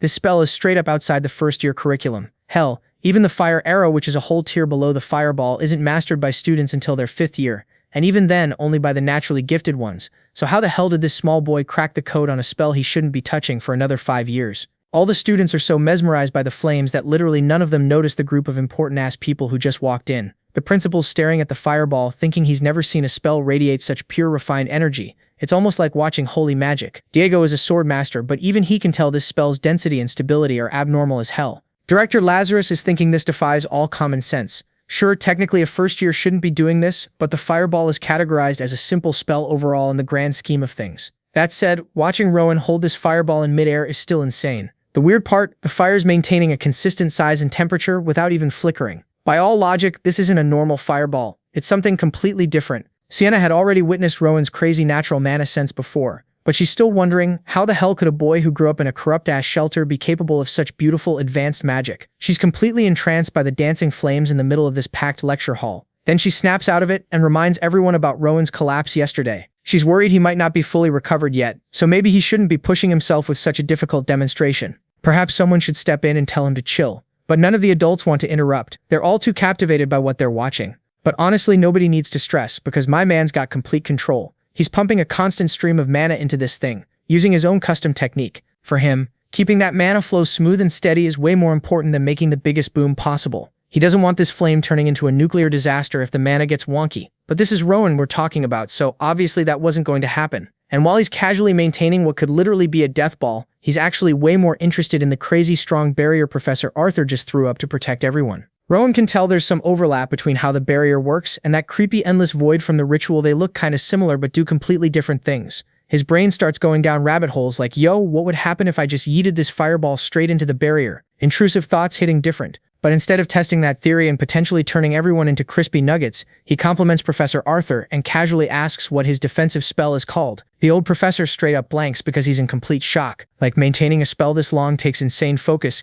yet this kid's out here having a full conversation while keeping perfect control of his magic. The absolute audacity of this child. Before anything more wild can go down, Arthur decides to end this whole thing. He manipulates his barrier to completely wrap around and suffocate the flames. Instead of being bummed his fun's over, Ron's just in pure awe at how clean that was. With the dean's final move, the fireball completely vanishes, and everyone in the room gasps after holding their breath through that entire roller coaster. Looking at this young menace, Professor Arthur genuinely can't decide if he should yell at this kid or give him an award for breaking every magic safety rule ever written. Right then, Director Lazarus confidently walks onto the stage while clapping for our boy. He answers Rowan's earlier question, explaining that the barrier was Arthur's signature move, the Azure Flame Barrier. Hearing this, Rowan turns to his professor and tells him that's a badass name. Arthur's like, I didn't name it, which means someone else blessed his spell with such a fire title. Since they're talking about names anyway, the dean asks if Rowan's fiery display has a name too. Confused, Rowan's like, nah bro, I just showed you guys a basic fireball. Nothing crazy. But anyone with half a brain and decent magic knowledge would know that spell was not just a basic fireball. And Rowan, more than anyone, should know that. He looks away and admits he was playing dumb. He hasn't actually named his technique yet. Director Lazarus cuts in, saying as head of the bureau, he can't just ignore what happened here. He asks why Rowan did something so ridiculously dangerous. Without missing a beat, Rowan answers straight up. He was confident he could control the fire, and was sure Professor Arthur had his back no matter what. He had no other agenda except showing his classmates what's possible. He wanted to give them confidence in their own magic. Maybe some were curious, but too scared to try. The dean points out that casting a fireball before graduation is already incredible, so what do you call a freshman who did that? This was Rowan's way of proving nothing's impossible. He can only talk like this because he's completely clueless about what an absolute freak of nature genius he actually is. Still, Professor Arthur is feeling kind of awkward as an educator. He's wondering if he's been accidentally holding back the younger generation with his boomer teaching methods. This young kid just made him realize his old-school approach might not work for every student. Then Rowan turns to the dean and asks for a bit more stage time. There's still something else he wants to show everyone. This time, our boy calls his roommate Lucas up, catching Lucas completely off guard. Lucas is internally screaming like, why am I the guinea pig? But walks toward the stage anyway, because what else is he gonna do? Once Lucas gets there, Rowan excitedly explains he wants to help this swordsman cast his first spell. The way Rowan sees it, magic and swordsmanship are both just different flavors of mana manipulation. Lucas trains his body in mana every day, so he should be able to dabble in magic too, right? Here's the thing. This dude who's failed freshman year 3 times has never cracked open a magic book in his life. How's he supposed to cast a spell?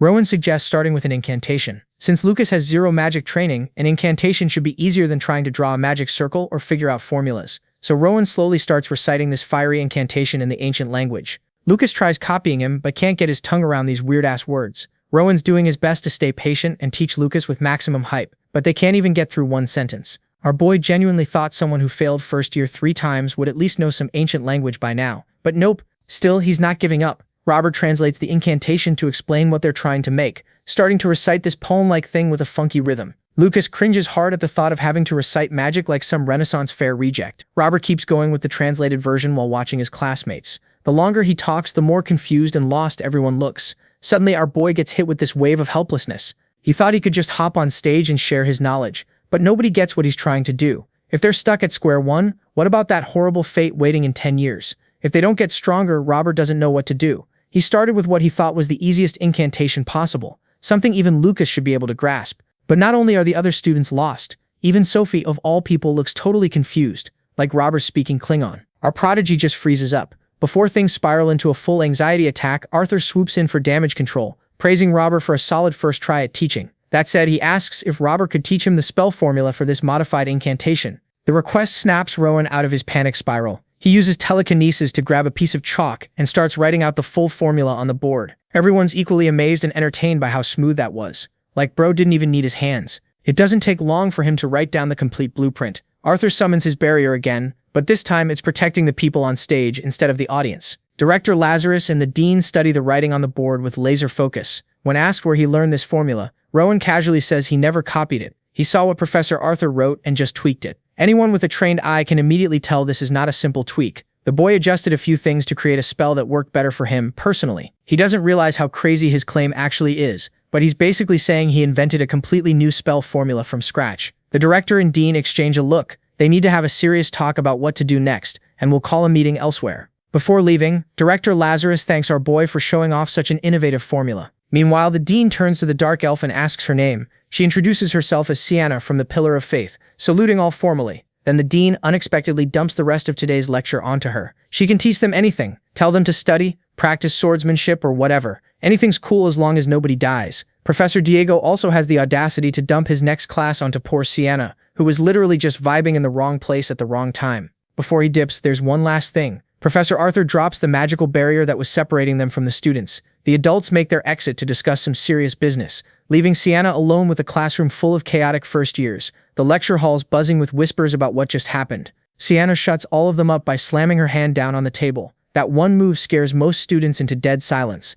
Sienna, runner of the Pillar of Faith, announces she's been temporarily assigned to cover the remaining classes. She's going to treat this like a real class, and they better do the same. Everyone must participate like she's an actual professor. Sienna might sound all professional and confident, but internally she's freaking out. She's completely out of her depth here. She was not built for teaching, bro. And like, can you blame her? She's supposed to be a soldier on the ground and eye candy for us. Wait, that's not right. Anyway, the entire faculty, including everyone who witnessed Rowan's whole magic showcase, just got called in for an emergency meeting. Some of these professors are bugging out because apparently this type of emergency committee meeting hasn't happened in years. Like some of these folks have never even experienced this before. They're sitting there sweating like what the hell is going on. Director Lazarus walks in, all professional and calm as usual, ready to drop the main agenda about Union Academy's education policy. First up on the chopping block, our boy Rowan, the literal reason they're all here in the first place. Professor Arthur stands up and lays out all the facts about this kid and his fireball situation. The old man's mind is blown, because apparently this freshman, a literal first year, just looked at a complex spell and went, nah, I'm gonna do my own thing, and created something completely unique. Sure, the power was weak, but homie straight up edited the magical formula like he was remixing a beat. The ability to reconstruct spells this freely? That's some never been done before type shit. Obviously, some of the other professors are side-eyeing this whole thing, being all skeptical and whatnot. But what are they going to say when the Dean of Magic Studies has already verified everything? Director Lazarus even promises to throw the Bureau's resources at analyzing this further. So basically, they have to accept that this kid might have just discovered an entirely new way to approach magic. Cool. So Rowan sounds like some once-in-a-generation genius, right? But as an academy, they need to figure out how to actually teach this prodigy without fumbling the bag. Some professors want to stick to the old-school methods, but others are like, bro, this genius needs specialized education that matches his level. The problem is, personalized education goes against their whole public institution principles. They can't afford to mess this up and lose someone this talented. Then one professor suggests just letting him join the union early, and immediately the whole room starts throwing hands. Everyone's yelling over each other about that idea. Still, they agree field education seems like the move, but they have to be careful about it. So they ask if there are any other concerns about the boy. Arthur goes quiet for a second, and you can tell he's thinking hard. Finally, he drops the bomb. Rowan might have some personality issues. The other professors are confused as hell because from what they've heard, the kid's kind and polite. Arthur's not denying that, but he's worried Rowan doesn't really consider other people's feelings. See, the union values ability and performance above everything else. With Rowan's insane talent, he's going to stand out immediately. But the way he is right now, the boy might struggle getting accepted. He could fail the final stage of the admission exam, which is just a simple interview with someone who actually cares about character. Some professors immediately jump to Rowan's defense, saying his actions came from good intentions. He's just clueless, and accidentally makes people uncomfortable. For students to grow together, the skill level needs to be somewhat balanced, but the gap between this prodigy and the other freshmen is too damn big. We're talking about a child who can invent new magic on the fly. Since the council's just going in circles, Director Lazarus suggests they bring the boy in for an interview. Everyone agrees it's a good idea, so nobody objects. A few moments later, Rowan gets escorted into the faculty room and sits down at this massive meeting table looking nervous as hell. Professor Daphne tries to make him comfortable and asks what he's feeling. She guesses he feels bad about what happened with Lucas earlier, and she hits the nail on the head. Rowan admits he's frustrated for not understanding his friend's capabilities properly. Arthur jumps in, trying to comfort him about how difficult teaching magic is today, showed him that reality firsthand. So Rowan's been sitting there overthinking and has formed some theories about his classmates. Maybe Lucas didn't give magic a real chance because he's just not interested. Maybe he started training with a sword too early, and his brain only developed for that skill. Maybe Rowan pressured his friend into focusing on something different without thinking about his personal situation. He feels regretful and ashamed about all this. But then, and this is where it gets wild, our boy drops another bomb. He's also worried that Lucas and some of his other new friends might actually be sick. This absolute prodigy genuinely thinks his perfectly normal classmates have some kind of illness, just because they have normal talent levels. Like, bro, what? Arthur quickly reassures Rowan, there's no sickness whatsoever. Hearing the old professor's words helps our eccentric genius finally relax a bit. Seeing Rowan smile, Director Lazarus asks why he was so eager to teach everyone magic in the first place. Rowan explains it doesn't even have to be magic specifically, he just wants to grow stronger together with his new friends, so they can all become official union members together in the future. Hearing this completely innocent and wholesome answer, all the professor's concerns just evaporate. Their worries about Rowan's personality? Gone. Professor Daphne's looking at him with straight-up pride. With that, Rowan gets dismissed. The meeting went well, and he can finally breathe. A few hours later, these professors literally wrote up an entirely new education policy for first years. They're going to match each student's pace. Academic abilities will align with the top students, while social development aligns with the average. The Union Academy is about to head in a completely new direction. Imagine being so gifted that you accidentally reform your entire school's education system. The whole faculty pulled an all-nighter figuring out the details. The very next day, they implement this curriculum overhaul immediately. No warning, no delay, just straight up changes everything overnight. Out on the training field, there's an announcement. Professor Diego Sanchez announces that swordsmanship and magic are now mandatory for all students. Lucas doesn't even hear the announcement because he's yawning loud enough to wake the dead. Ron is shocked by how fast they made this change. Furthermore, active union members will now join every class as assistant instructors. Students can ask them questions and learn from their real-world field experience. On top of that, Rowan, Sophie, and Lucas are going to train exclusively among themselves, rotating sparring matches.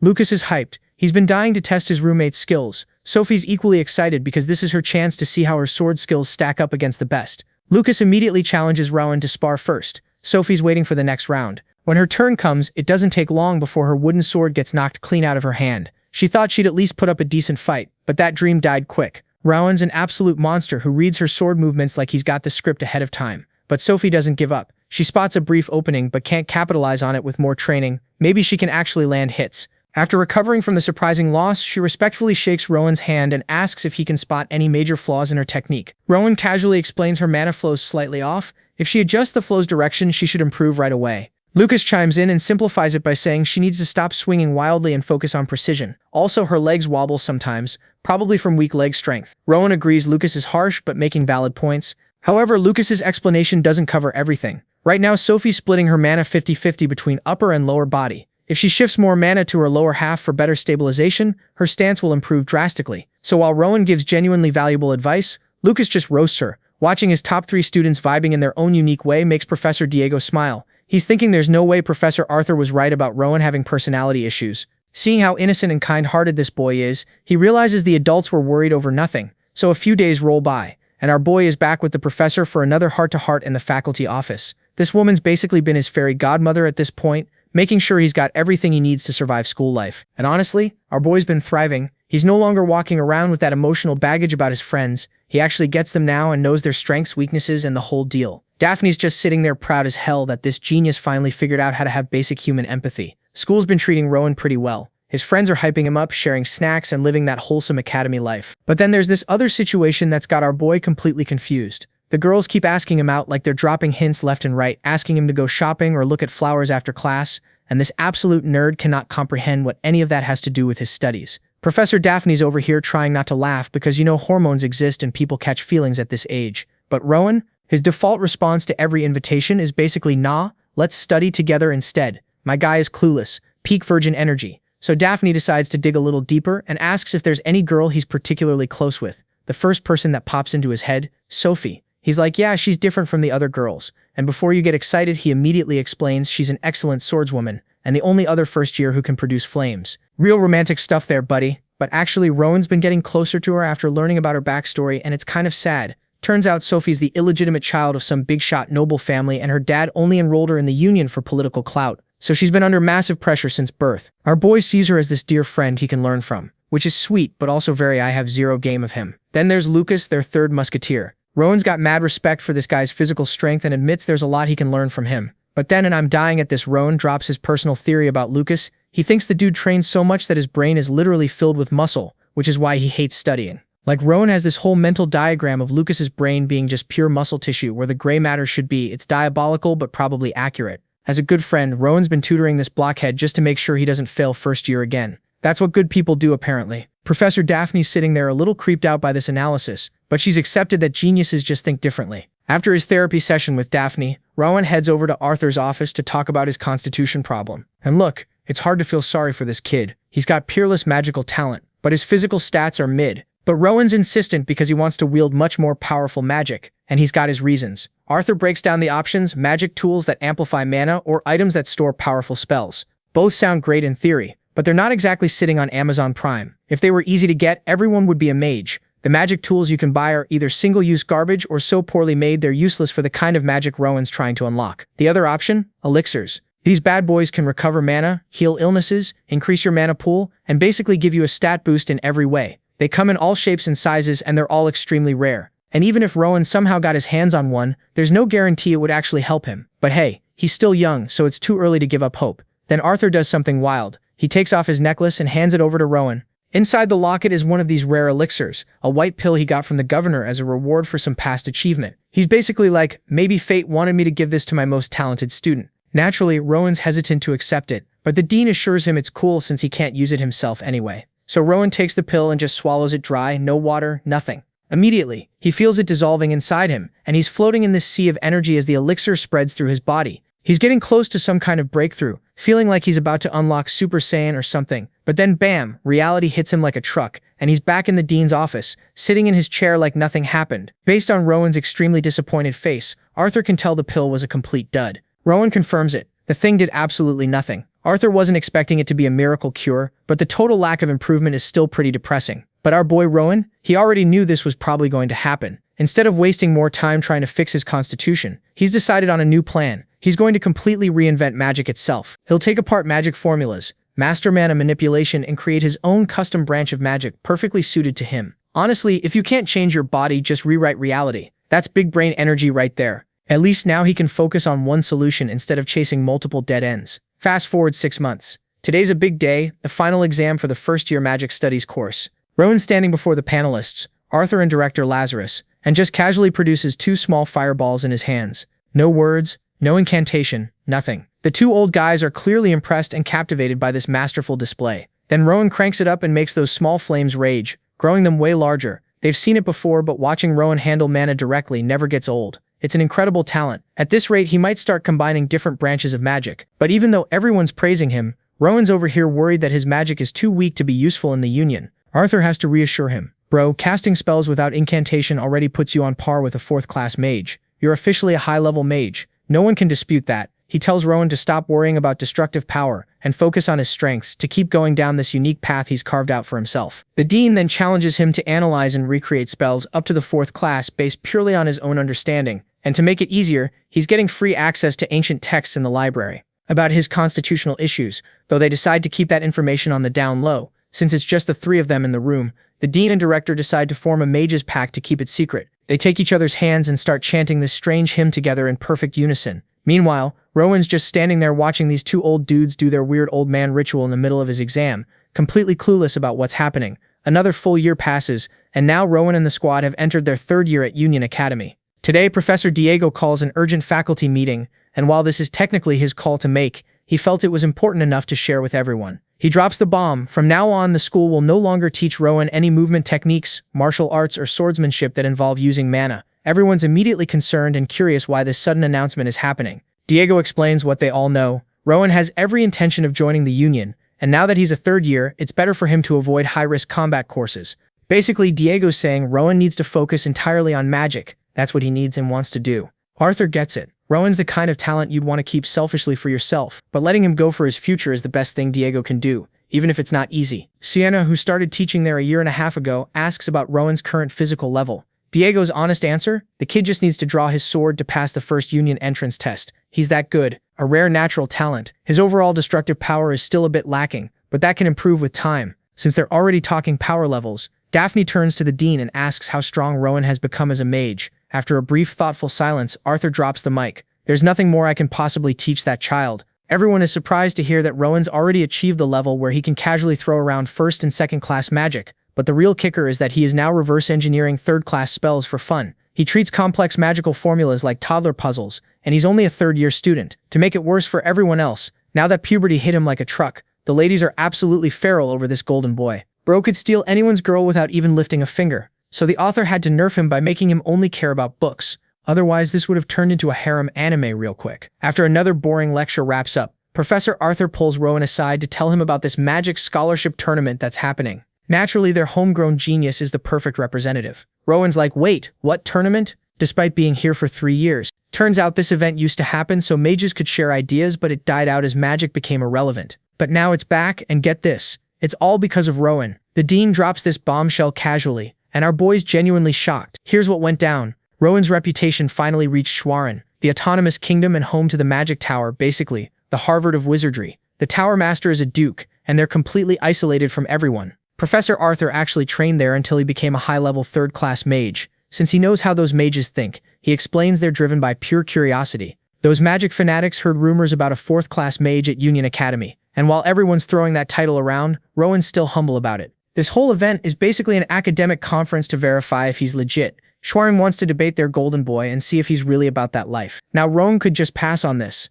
but once he hears the grand prize, refusing becomes impossible. The Union's offering a valuable elixir. Even after that massive disappointment last year, when that white pill did jack shit, the possibility of getting an elixir is still tempting as hell. There's one concern. Schwarin might know about his constitution problem, but the dean assures him there's no way. This is about interpreting magic formulas, and the elixir goes to whoever shows the most mastery. Basically, Rowan could win an elixir just by arguing about magic theory. The dean promises he'll get it as long as he wins. With stakes that big, how could our boy say no? A few days later, the big day arrives. Schwarn rolls up with an entire battalion of cloaked mages looking all mysterious and intimidating. The Union side, just Rowan and his professors. Talk about an imbalance. Arthur welcomes the visitors politely when one mage, Bert, lowers his hood and calls the professor his senior. I'm sorry, but imagine being a powerful mage named Bert. Meanwhile, Rowan's sizing up the competition. Schwarn's lineup is older than him and they're all packing serious mana. They're supposedly students hoping to learn from a success story, except the Union made it clear they only had Rowan as a participant, yet Schwarn sent 3 students older than him.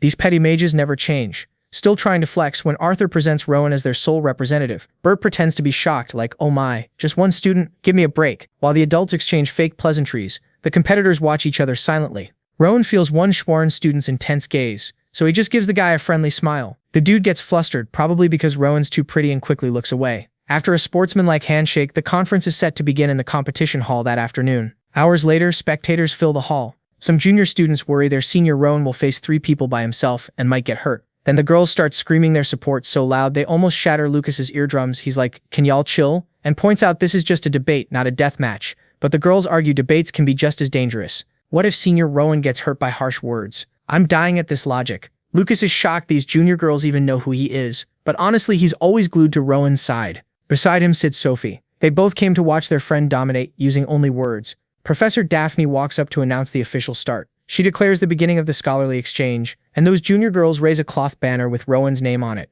It's hilariously inappropriate for a scholarly debate, like they're at a sports game instead of an academic conference. Finally, our star Rowan walks in, along with the 3 Schwarn boys. Professor Daphne explains the procedure. Each representative takes turns presenting a topic, writing spell formulas, and then moving to Q&A. The first debater is Ali Marco from Schwarn, going up against Rowan in round 1. Since Rowan got priority to pick the first topic, he chose carefully. He picked a subject that was very near and dear to his own heart, a topic he's probably obsessed over for countless hours. He chose telekinesis for the first round. The topic that our boy suggested surprised these guys because in these academic showdowns, the opening move is usually flexing your hardest spells, showing off your faction's biggest achievements to set the tone. But what our boy suggested is literally the basic class 1 spell that beginners learn on day 1. Some of these Schwarn mages immediately think it's a joke, like, did we really travel all this way just to talk about baby's first spell? They're looking around confused, wondering if the rumors about this kid were completely exaggerated. Meanwhile, Arthur and director Lazarus are just sitting there in silence, like they know something these fools don't. Then this dude Ali Marco steps up, all high and mighty, saying Rowan's topic is beneath them and not worthy of this honored forum.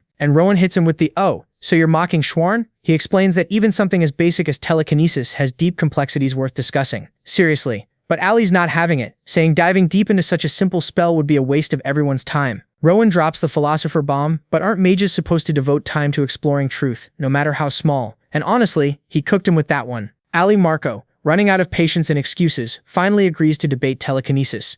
Being the polite genius he is, Rowan asks Ali what topic he had prepared, since he doesn't want to be rude about the format. And this is where Ali severely underestimates our boy. He smugly proposes debating the fireball spell instead, condescendingly explaining that it might be difficult for someone Rowan's age, but he's cool with an easy opponent. Arthur immediately clocks what's happening. Sharwin must have heard about Rowan's fireball abilities and is trying to trap him. But plot twist, Rowan throws a curveball at everyone. He's like, you know what? Let's do both. Telekinesis and fireball together. As a package deal, because why just talk about spells when you can combine them on the spot and blow everyone's minds? Then our boy casually picks up a piece of chalk with his mind, no chant, no hand gestures, nothing, and starts writing his formula on the board. Alma Marco is shook. This kid just no-chanted cast like it was nothing. Not wanting to be completely outdone, Ali also uses telekinesis to write his arguments, but he has to continuously chant the whole time just to maintain the spell. The difference in skill is already embarrassing. The Schwarn mages are squinting at the board trying to figure out what Rowan's writing, slowly realizing this absolute madman might be trying to create a new spell by combining 2 different established spells on the spot.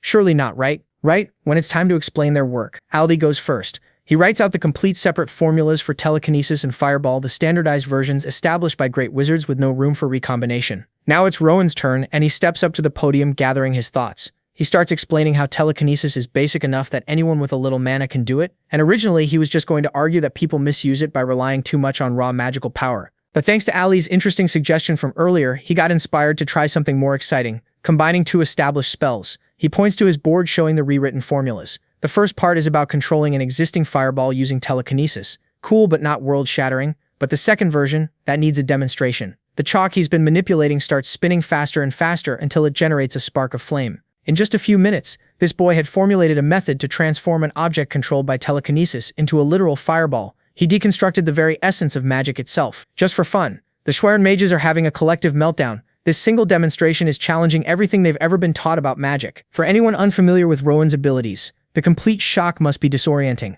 Thankfully, the Union Academy faculty have gotten used to their resident genius breaking reality on a regular Tuesday. While still spinning the flaming chalk, Rowan continues lecturing about high-level concepts related to these supposedly basic spells. None of the Schwerin seniors can keep up, and Ali Marco, man, is going through an existential crisis in real time, realizing he foolishly challenged a deity. After finishing his master class and making people feel intellectually inadequate, Rowan genuinely asks Ali if he has anything to add or if he could correct him if he missed something. And here's what's worse. Rowan is being completely sincere. He actually wants to learn more, but Ali can't replicate the feat, can't understand a single thing, and is about to be humiliated by magic incarnate, disguised as a child. The pressure is closing in, time's running out, and Ali can't handle it anymore. He suddenly coughs, blood starts pouring from his nose, and he just collapses. My guy literally got knocked out by words. Even Rowan didn't see that coming. They rush Ali to the infirmary, and just like that, Rowan continues his undefeated streak, winning the coveted elixir with facts and logic. Bert, the mage, hands over the prize, thanking Rowan for the show despite their loss. He recommends Rowan wait before drinking the elixir, though consuming it too young can cause side effects. He should wait until around graduation, which is still 2 years away. Now that we've finished watching mages get their souls destroyed, let's check in on some side characters. This is Rita, a third-year student at Union Academy, and she's been secretly in love with Rowan for 3 entire years. She knows there isn't a single student who doesn't like him. The guy receives countless confessions, and over half the new students applied to the academy just to follow him. Rita knows she probably doesn't even register on his radar. For years, she's been content just watching and loving him from a distance. But today she decided to be brave. Last day of third year, this is it. She gathers her courage, overcomes her fear, and confesses. Unfortunately, her heartfelt confession gets met with a very polite, very apologetic rejection, and then Rowan drops some heavy stuff for him. Love is about holding someone who has already left this world close to his heart. Nothing more. Rita never knew this boy carried such a bleak, sorrowful view of love. Then he asks if what she's feeling is truly love. He explains that people in love show signs like mental illness, joy, ecstasy, compassion, longing, fear, doubt, jealousy, and anger. He bets she doesn't feel that level of passion for him. And before anyone gets mad, he's not invalidating her feelings. Maybe she feels something. Maybe it's his looks or status that made her nervous or excited. But is that really love?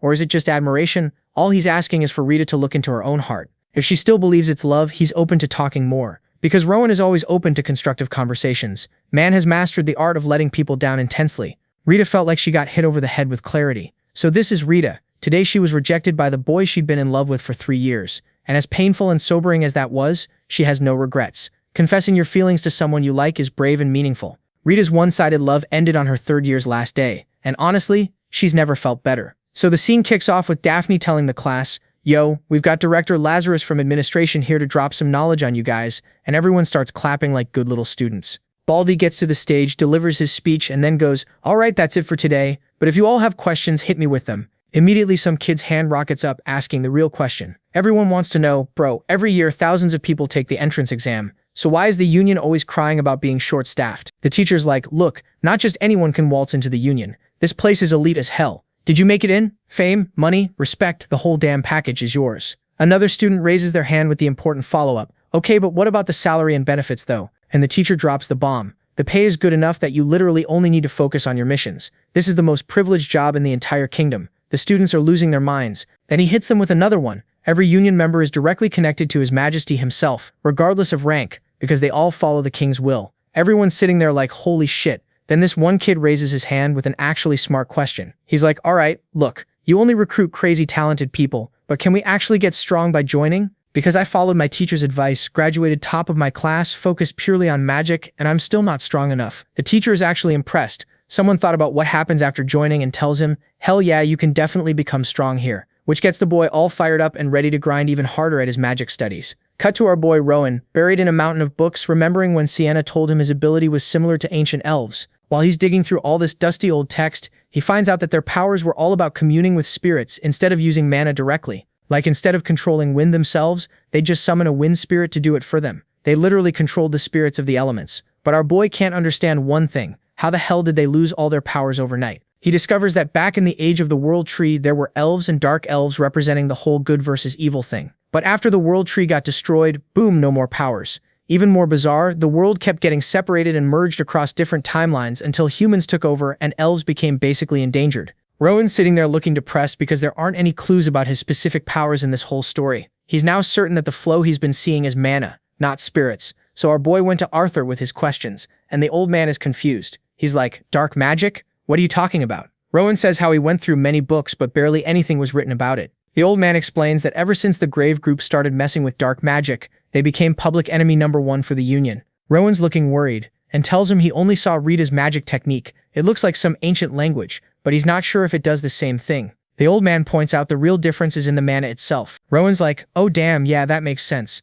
Arthur explains that while Rowan can't see his own mana yet, those bastards from using dark mana are using dark mana. That's when it clicks for Rowan. The mana he saw earlier was dark mana. He asks what dark mana even is, and the old man drops this heavy-ass explanation. If regular mana makes up everything in the world, dark mana corrupts it and makes the world evil. He explains that the demon world is literally made of dark mana. Demons use it like battery power, and these Grave group bastards are basically using the same demonic energy. He tells Rowan that sometimes he's noticed cloudy mana hanging around him. The teacher explains that dark emotions can turn your mana dark. Rowan's like, so what's the end game for these dark magic groups anyway? And the teacher just deadpan says they want to destroy the world. Because obviously that's Villain Playbook 101. Fast forward a few months and someone's asking Rowan if he's about to head to some salon. He says he's good and they're like, we know you're good better than literally anyone else actually. There's some random dude standing there looking confused while Rowan's just watching two people bickering like actual toddlers. The girl tells him to come over whenever he's ready. As Rowan waves them off, he's thinking these two idiots are actually pretty good together. As he walks into his room, he's thinking about how time flew by way too damn fast,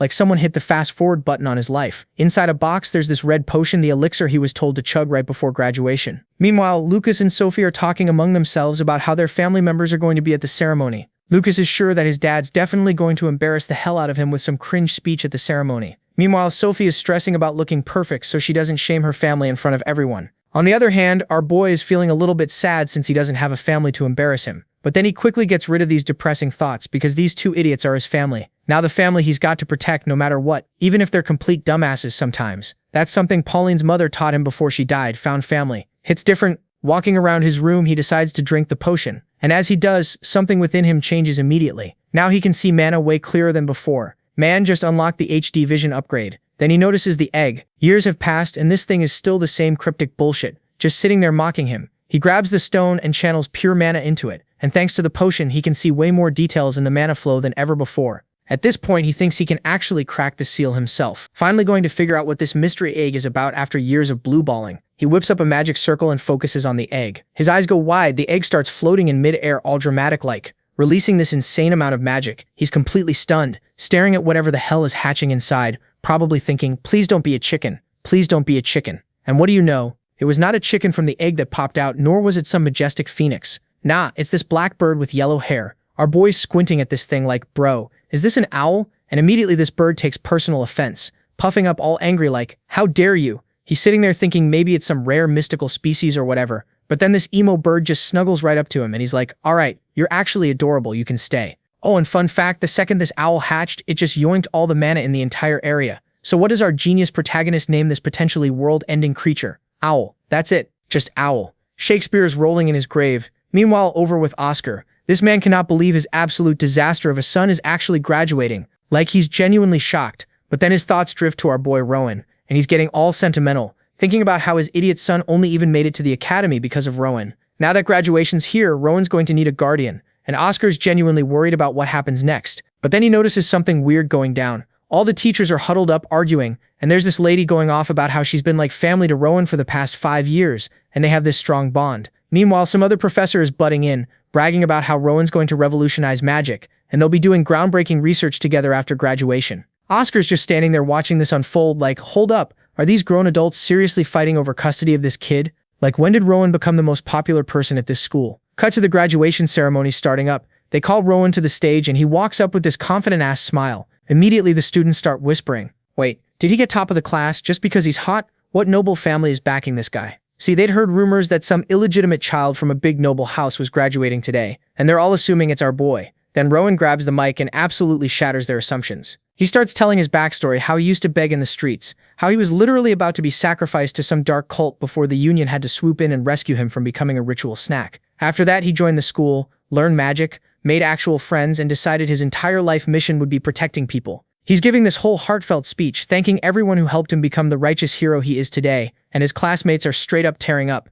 His teachers are nodding like proud parents, thinking, yeah, that's my boy right there. Later, they're walking through town and his homie asks if he's taking the union entrance exam after the ceremony. Rowan's like, yeah, that's been the plan all along. Lucas mentions his dad's looking for him, but then Rowan notices Sophie looking sad as hell. He asks if she's okay, and she admits she's nervous because she completely botched her speech in front of the crowd earlier and is low-key spiraling. Rowan, being the wholesome protagonist he is, puts a hand on her shoulder and goes, don't worry, we'll all get into the union together and show them what you're worth. She's blushing and nodding, feeling all motivated now. They arrive at the union, and the place is absolutely packed. Rowan walks up to the register and introduces himself as a union school graduate.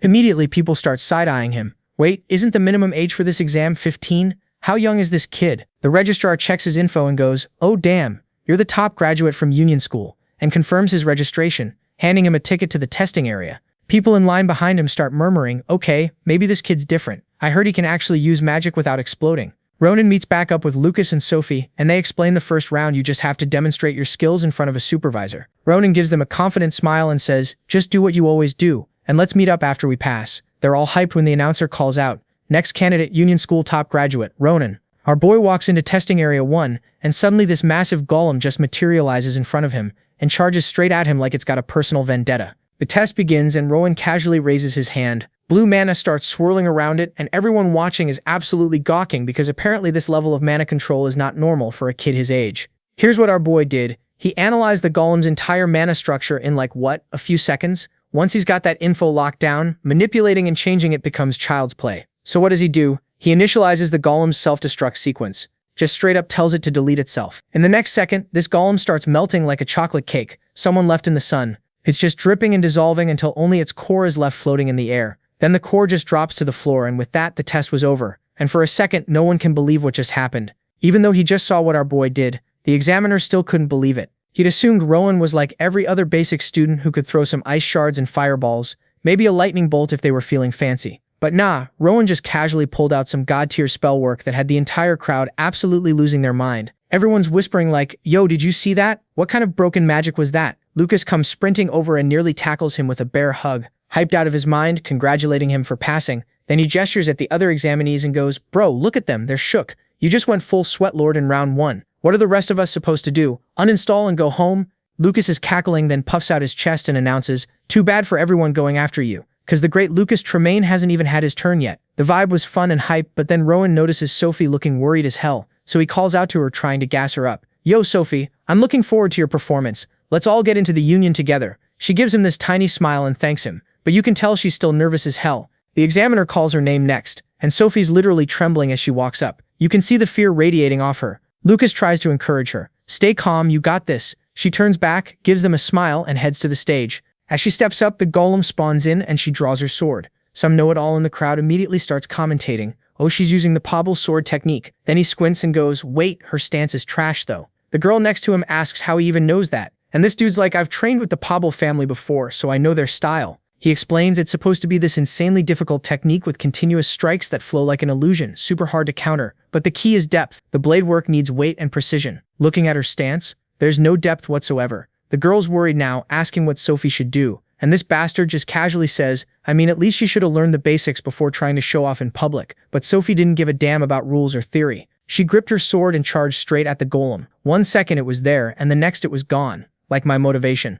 The know-it-all and his friend, jaws on the floor, but Rowan? Man's just standing there with this satisfied smirk like, yeah, that's my girl. As the golem crumbles to dust, Sophie's standing there in shock that she actually pulled it off that fast. The examiner, still buffering, stammers out that she passed and can grab her certification stamp. The crowd's going absolutely feral. Did she really just slice through a golem like it was made of paper? What the hell was that speed? Meanwhile, Lucas and Rowan are grinning ear to ear, knowing damn well she didn't even show half her arsenal. Though they both noted she hit the golem with 6 consecutive strikes, when she comes back, they both congratulate her. Lucas, being Lucas, can't help but roast her a bit. You looked a little rusty up there. Stage fright, get to you? Then he cracks his knuckles and announces, all right, my turn. Just watch and learn, children. He swaggers onto the stage, turns back with this cocky-ass grin and goes, this is just a warm-up for me. The second the golem materializes, Lucas launches himself like a missile and splits the thing clean in half with 1 strike, destroying its core instantly. He's standing there admiring his handiwork like, damn, did I go too hard? My bad. Meanwhile, the examiner's having a full mental breakdown because that's the 3rd person today who one-shot the golem.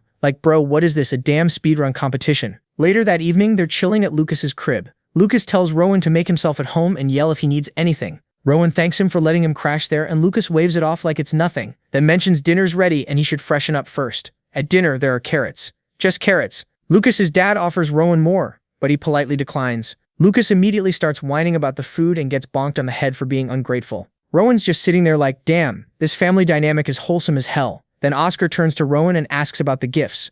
Our boy immediately starts thanking him, saying they were exactly what he needed. The conversation shifts to the exam results, and after hearing how they performed, Oscar's genuinely surprised.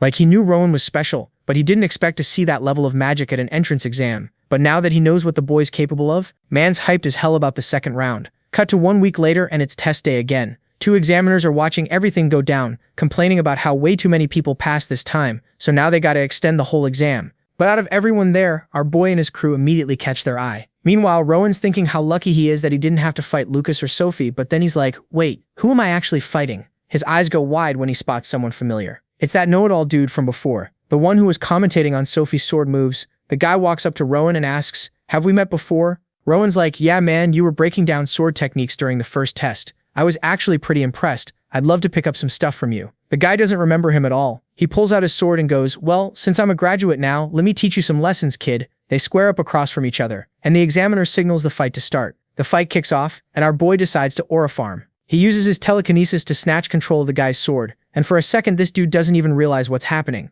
Rowan's just standing there all chill, while this guy is losing it, looking absolutely confused and stammering, wait, hold on. But Rowan doesn't wait. He hits him with the magic again, and dude's sword starts floating above him like it's possessed. The examiner asks, would you like to continue? The guy can't believe some kid is toying with him like this. His ego's destroyed, so he confidently announces, I don't need a weapon to handle some arrogant boy. Rowan lifts one finger, and the guy immediately realizes he's screwed as he watches his own sword flying straight at him. Before he can even react, he gets taken out by his own weapon, with Rowan just casually standing beside him, as the dude lies there on the floor completely destroyed both mentally and physically. The examiner's having a whole crisis like, how is this kid even doing this? He declares Rowan the winner and tells him to get ready for the next match. Rowan, still kinda shocked at how easy that was, gives a polite smile and says, good match. A few days later, Rowan's reading his letter. It's final test day. While getting ready, he thinks about how all his hard work has brought him here. He's so close to getting into the Union, his dream's right there. But thinking back on his past fights, he realizes his attack patterns have gotten way too predictable. They haven't really changed much. He knows he's got to switch things up this time. He's always been counterattacking, letting opponents strike first, believing in turning the tables. Looking back at everything, he realizes he needs to learn new techniques and stop relying purely on instinct. After joining the Union, he has to level up. He can't keep doing the same thing forever. But right now, he needs to focus on the interview, since that's the last obstacle. Then it hits him. Wait, where's my owl? Right as he's thinking about it, the owl comes flying at him out of nowhere. He gets all excited, relieved that the thing he was looking for finally showed up. They both seem genuinely hyped to see each other, and Rowan asks if the owl's celebrating with him. Ever since it hatched, this bird's been pulling disappearing acts, just vanishing randomly and popping back up when Rowan's alone. Is this some kind of technique? He holds the bird in his hand, thinking about how whenever it disappears you can't sense its mana or its presence at all. It's like the owl dips into another dimension and comes back. He's still confused about whether this is even a real owl or some mysterious creature he doesn't know about yet. He tells the bird, once I get into the Union, I'll figure out how to actually talk to you. The owl seems happy and flaps its wings. Just then Rowan senses someone coming. He turns and it's Sophie calling for him. Rowan turns to chat with her real quick, but while he's talking, the bird just vanishes again. Rowan's shook. Sophie walks over and tells him it's time for the interview, so they should head out. The scene shifts to the Union building where people are waiting for their turn. Rowan notices there aren't many people left and mentions it. Sophie tells him only 50 students got picked for interviews. She thanks him, saying there's so many familiar faces here because of him. He brushes it off, saying it's because she kept up with him. Then someone shows up who stuns everyone. It's Lucas, and he's acting weird because he's nervous as hell. He tries to play it cool like, nah, I'm pretty normal right now. But his face is screaming, I'm freaking out. Sophie hands him a handkerchief to wipe his sweat before the interview, or he'll look like a disaster. Rowan jokes, you're never nervous unless it's about talking to adults. Maybe it's because of Deputy Director Oscar? Then some student walks out looking all defeated, shoulders slumped, and Rowan's like, didn't he just go in? How's he already back out? Lucas tells him how some people come right back out like they gave up halfway through, and Rowan immediately roasts him, saying he'd know better since he went to school way longer than them.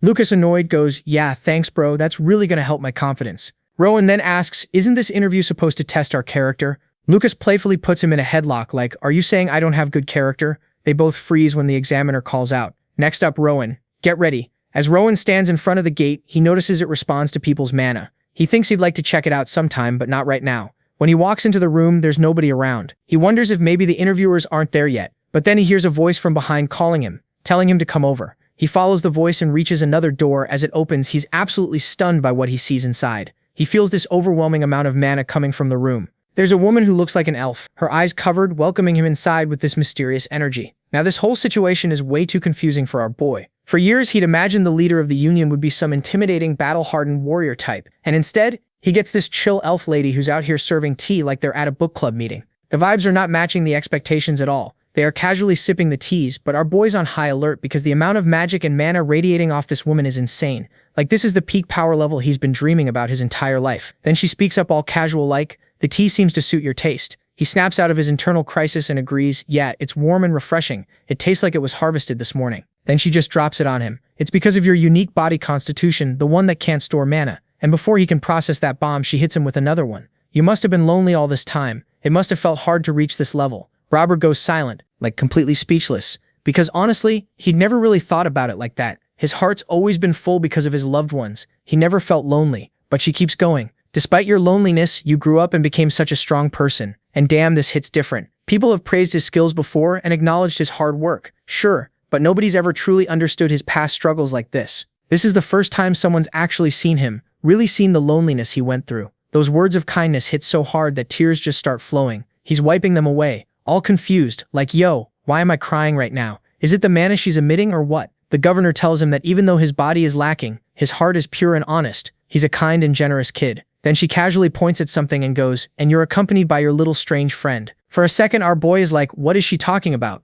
But then he realizes, oh, so she can see Owl. Owl flew over to her immediately and got head pats and some praise from the elf mommy. Now it's clicking for him. She doesn't just know about his past, she knows his present too. This woman knows everything. He starts thinking about that vision he saw earlier and wonders if she knows about that as well. Finally, he works up the courage to ask, "That vision I saw earlier, was that the future?" He's genuinely worried about what he saw. She pauses for a moment, then drops some wisdom. There's no such thing as a fixed future. If he saw something from the future, there's a chance it might not happen. Everything depends on him and his will. He becomes what he believes in the future he creates. What he saw was just one possibility, not a guaranteed outcome. He just has to work hard to prevent that possibility from becoming reality. That's what humans have been doing for ages. And just like that, our boy finally understands the path he needs to take and how to work toward his future. The man's smiling with genuine happiness now, like he just unlocked the secret to life. Cut to the next day at Oscar's house, and this man had prepared a feast, but with carrots. Naturally, because he loves carrots. He says he made them with extra effort, so they should celebrate properly. While they're eating, Sophie asks where they'll be assigned. Oscar replies that it's hard to say, the governor probably made arrangements during the interviews. He mentions that only 10 people passed, including the 3 of them, and they're the only 3 who graduated from the Union School. Rowan thinks there's a possibility the 3 might end up together, but Oscar's like, nah, that's pretty unlikely. But then he adds, though nobody knows what goes on in the mind of that madman, so it's also possible. Then he switches topics and tells everyone how their relationship is about to change once they step outside. Inside the house, he's their fun-loving uncle. Outside, he's the deputy director and a union member, so they'll have to keep things strictly professional. Lucas says as long as he's getting paid, he doesn't care where he works. Sophie asks if he really hates the idea of working under his father that much. Lucas replies that it doesn't even matter because they've been distant as father and son from the beginning anyway. Rowan smiles, thinking Lucas has grown a lot. The man's keeping his personal and business life separate like an actual adult now. The scene shifts to the Union administration entrance, where they're being checked by the guard who confirms their names. Robert recalls that he's visited the administration building before, but he was never treated with this kind of respect. Now he feels like his status has genuinely changed. As they walk forward, he wonders what they'll be doing here. When they reach inside, they're shocked by what they see. It's a blacksmith chamber filled with intense heat and glowing metals everywhere. Turns out this is called the Book and Sword of the Union. They need their own custom weapons crafted to suit them. They're introduced to Ulrich, and this guy is as grumpy as any other dwarf you'd meet. He doesn't waste time with pleasantries, and immediately tells them to pick whatever weapon they like. Lucas immediately picks a longsword. Man knows what he wants. Sophie's still thinking about her options, while Rowan's just searching around looking lost. The dwarf blacksmith notices him, but focuses on Lucas first. He tells Lucas to grip it confidently and swing. Lucas does a test swing, and Ulrich analyzes it, saying, if they add more weight and sharpen the tip, it'll be way more destructive. They can also adjust the length so he can train with ease.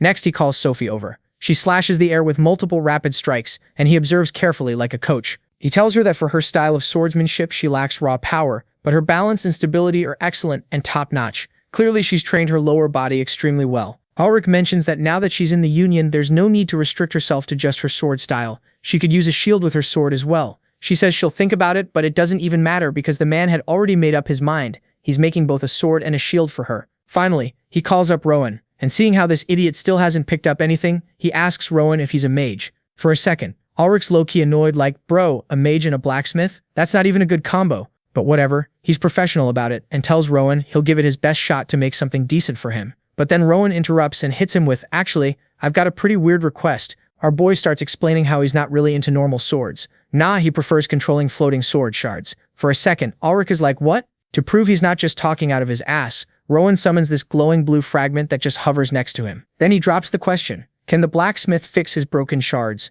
The blacksmith just holds out his hand like, let me see what we're working with here. The moment he inspects the fragment, this man's whole expression changes. He recognizes it immediately. This isn't just some regular broken sword. This is a piece of a demonic sword infused with dark mana. He looks at Rowan like, you're one interesting kid, then drops some knowledge. If they reforged this single broken sword correctly, they could turn it into 12 separate blades. Rowan's face absolutely lights up with excitement, probably already imagining himself looking cool as hell with 12 floating swords. But the blacksmith immediately pumps the brakes on his hype, warning him that the reforging process is way harder than it sounds. He explains that each piece needs to hold the exact same amount of mana. One tiny mistake, and the whole artifact is destroyed forever. This is master-level work, not some beginner shit. So they'll need at least a 4th-class mage. Hearing that, Rowan looks at him for a moment and then goes, so all we need is a 4th-class mage, right?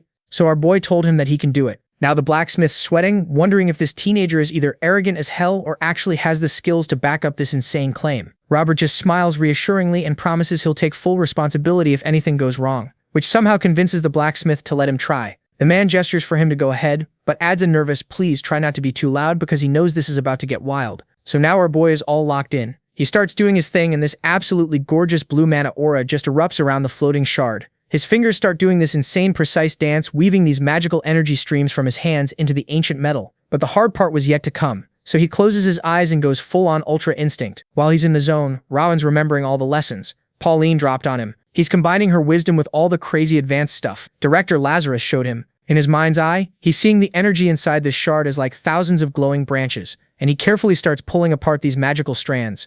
But then you see his face scrunch up a bit because this shit is actually hard as hell, even for someone as cracked as him. He's focusing everything on the real challenge here, splitting the sword's mana into 12 perfectly equal pieces and keeping it all stable. With one final push, Rowan just says fuck it and goes full power, creating this massive whirlpool of energy that explodes outward. The master blacksmith's jaw literally drops to the floor. This man is shook, staring at this display like his entire worldview just got deleted, thinking what the actual fuck, this kid is doing what now? These bright sharp cracks of light start spreading across the shard's surface as all that power splits the metal from the inside. The energy tornado finally calms down, and there's Rowan just standing there looking cool as hell while 12 identical glowing sword shards are floating around him. The freshly made blades drift through the air all gracefully and land right in the blacksmith's hands. This man starts laughing like he can't believe what he's seeing, turning these perfect shards over and over. Same shape, same size, same mana levels. Literally everything is flawless. He's completely losing his mind that some 15-year-old kid just casually did what most master mages couldn't pull off if you gave them their whole lifetime to try. Cut to later, and it's already orientation day,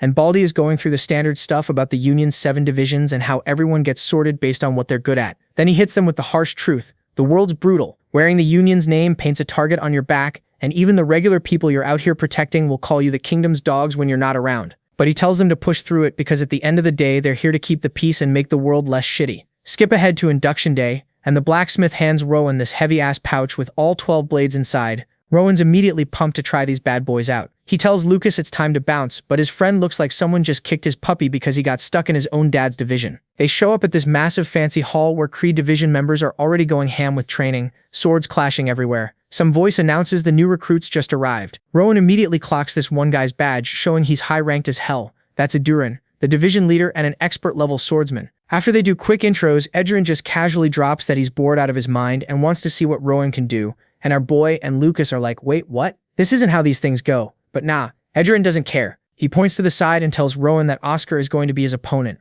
And Oscar is all in on it because he's curious to see how much Rowan's telekinetic sword game has leveled up over the past 5 years. And Rowan too is now hyped to find out just how strong he has gotten in these 5 years, so he accepts the duel. Rowan's attitude immediately earns Oscar's respect, but he also reminds him to go all out because he too won't hold back. And while he was saying that, he pulls out this absolutely massive claymore. Rowan just calmly replies that magic is his whole thing, and suddenly 12 brand new mana-infused blades appear out of nowhere and start floating around him in a circle. Oscar notices the extra blades and is like, "Hold up, didn't you have less of these before?" Rowan explains they were a welcome gift, and Oscar immediately recognizes the craftsmanship, asking what our boy named them. Rowan tells him they're called Seville, and Oscar's thinking to himself whether these tiny blades can actually live up to that fancy name. Rowan admits he's curious about their power too, since this is basically his first real test drive. Then Rowan hits Oscar with a bold request. He wants the first move. Duran, who's watching from the sidelines, is impressed as hell by the audacity. Oscar realizes this isn't just some cocky rookie being arrogant. The kid's got an actual plan brewing. So they square up on opposite ends of the hall, Rowan with his floating blades and Oscar with his giant sword.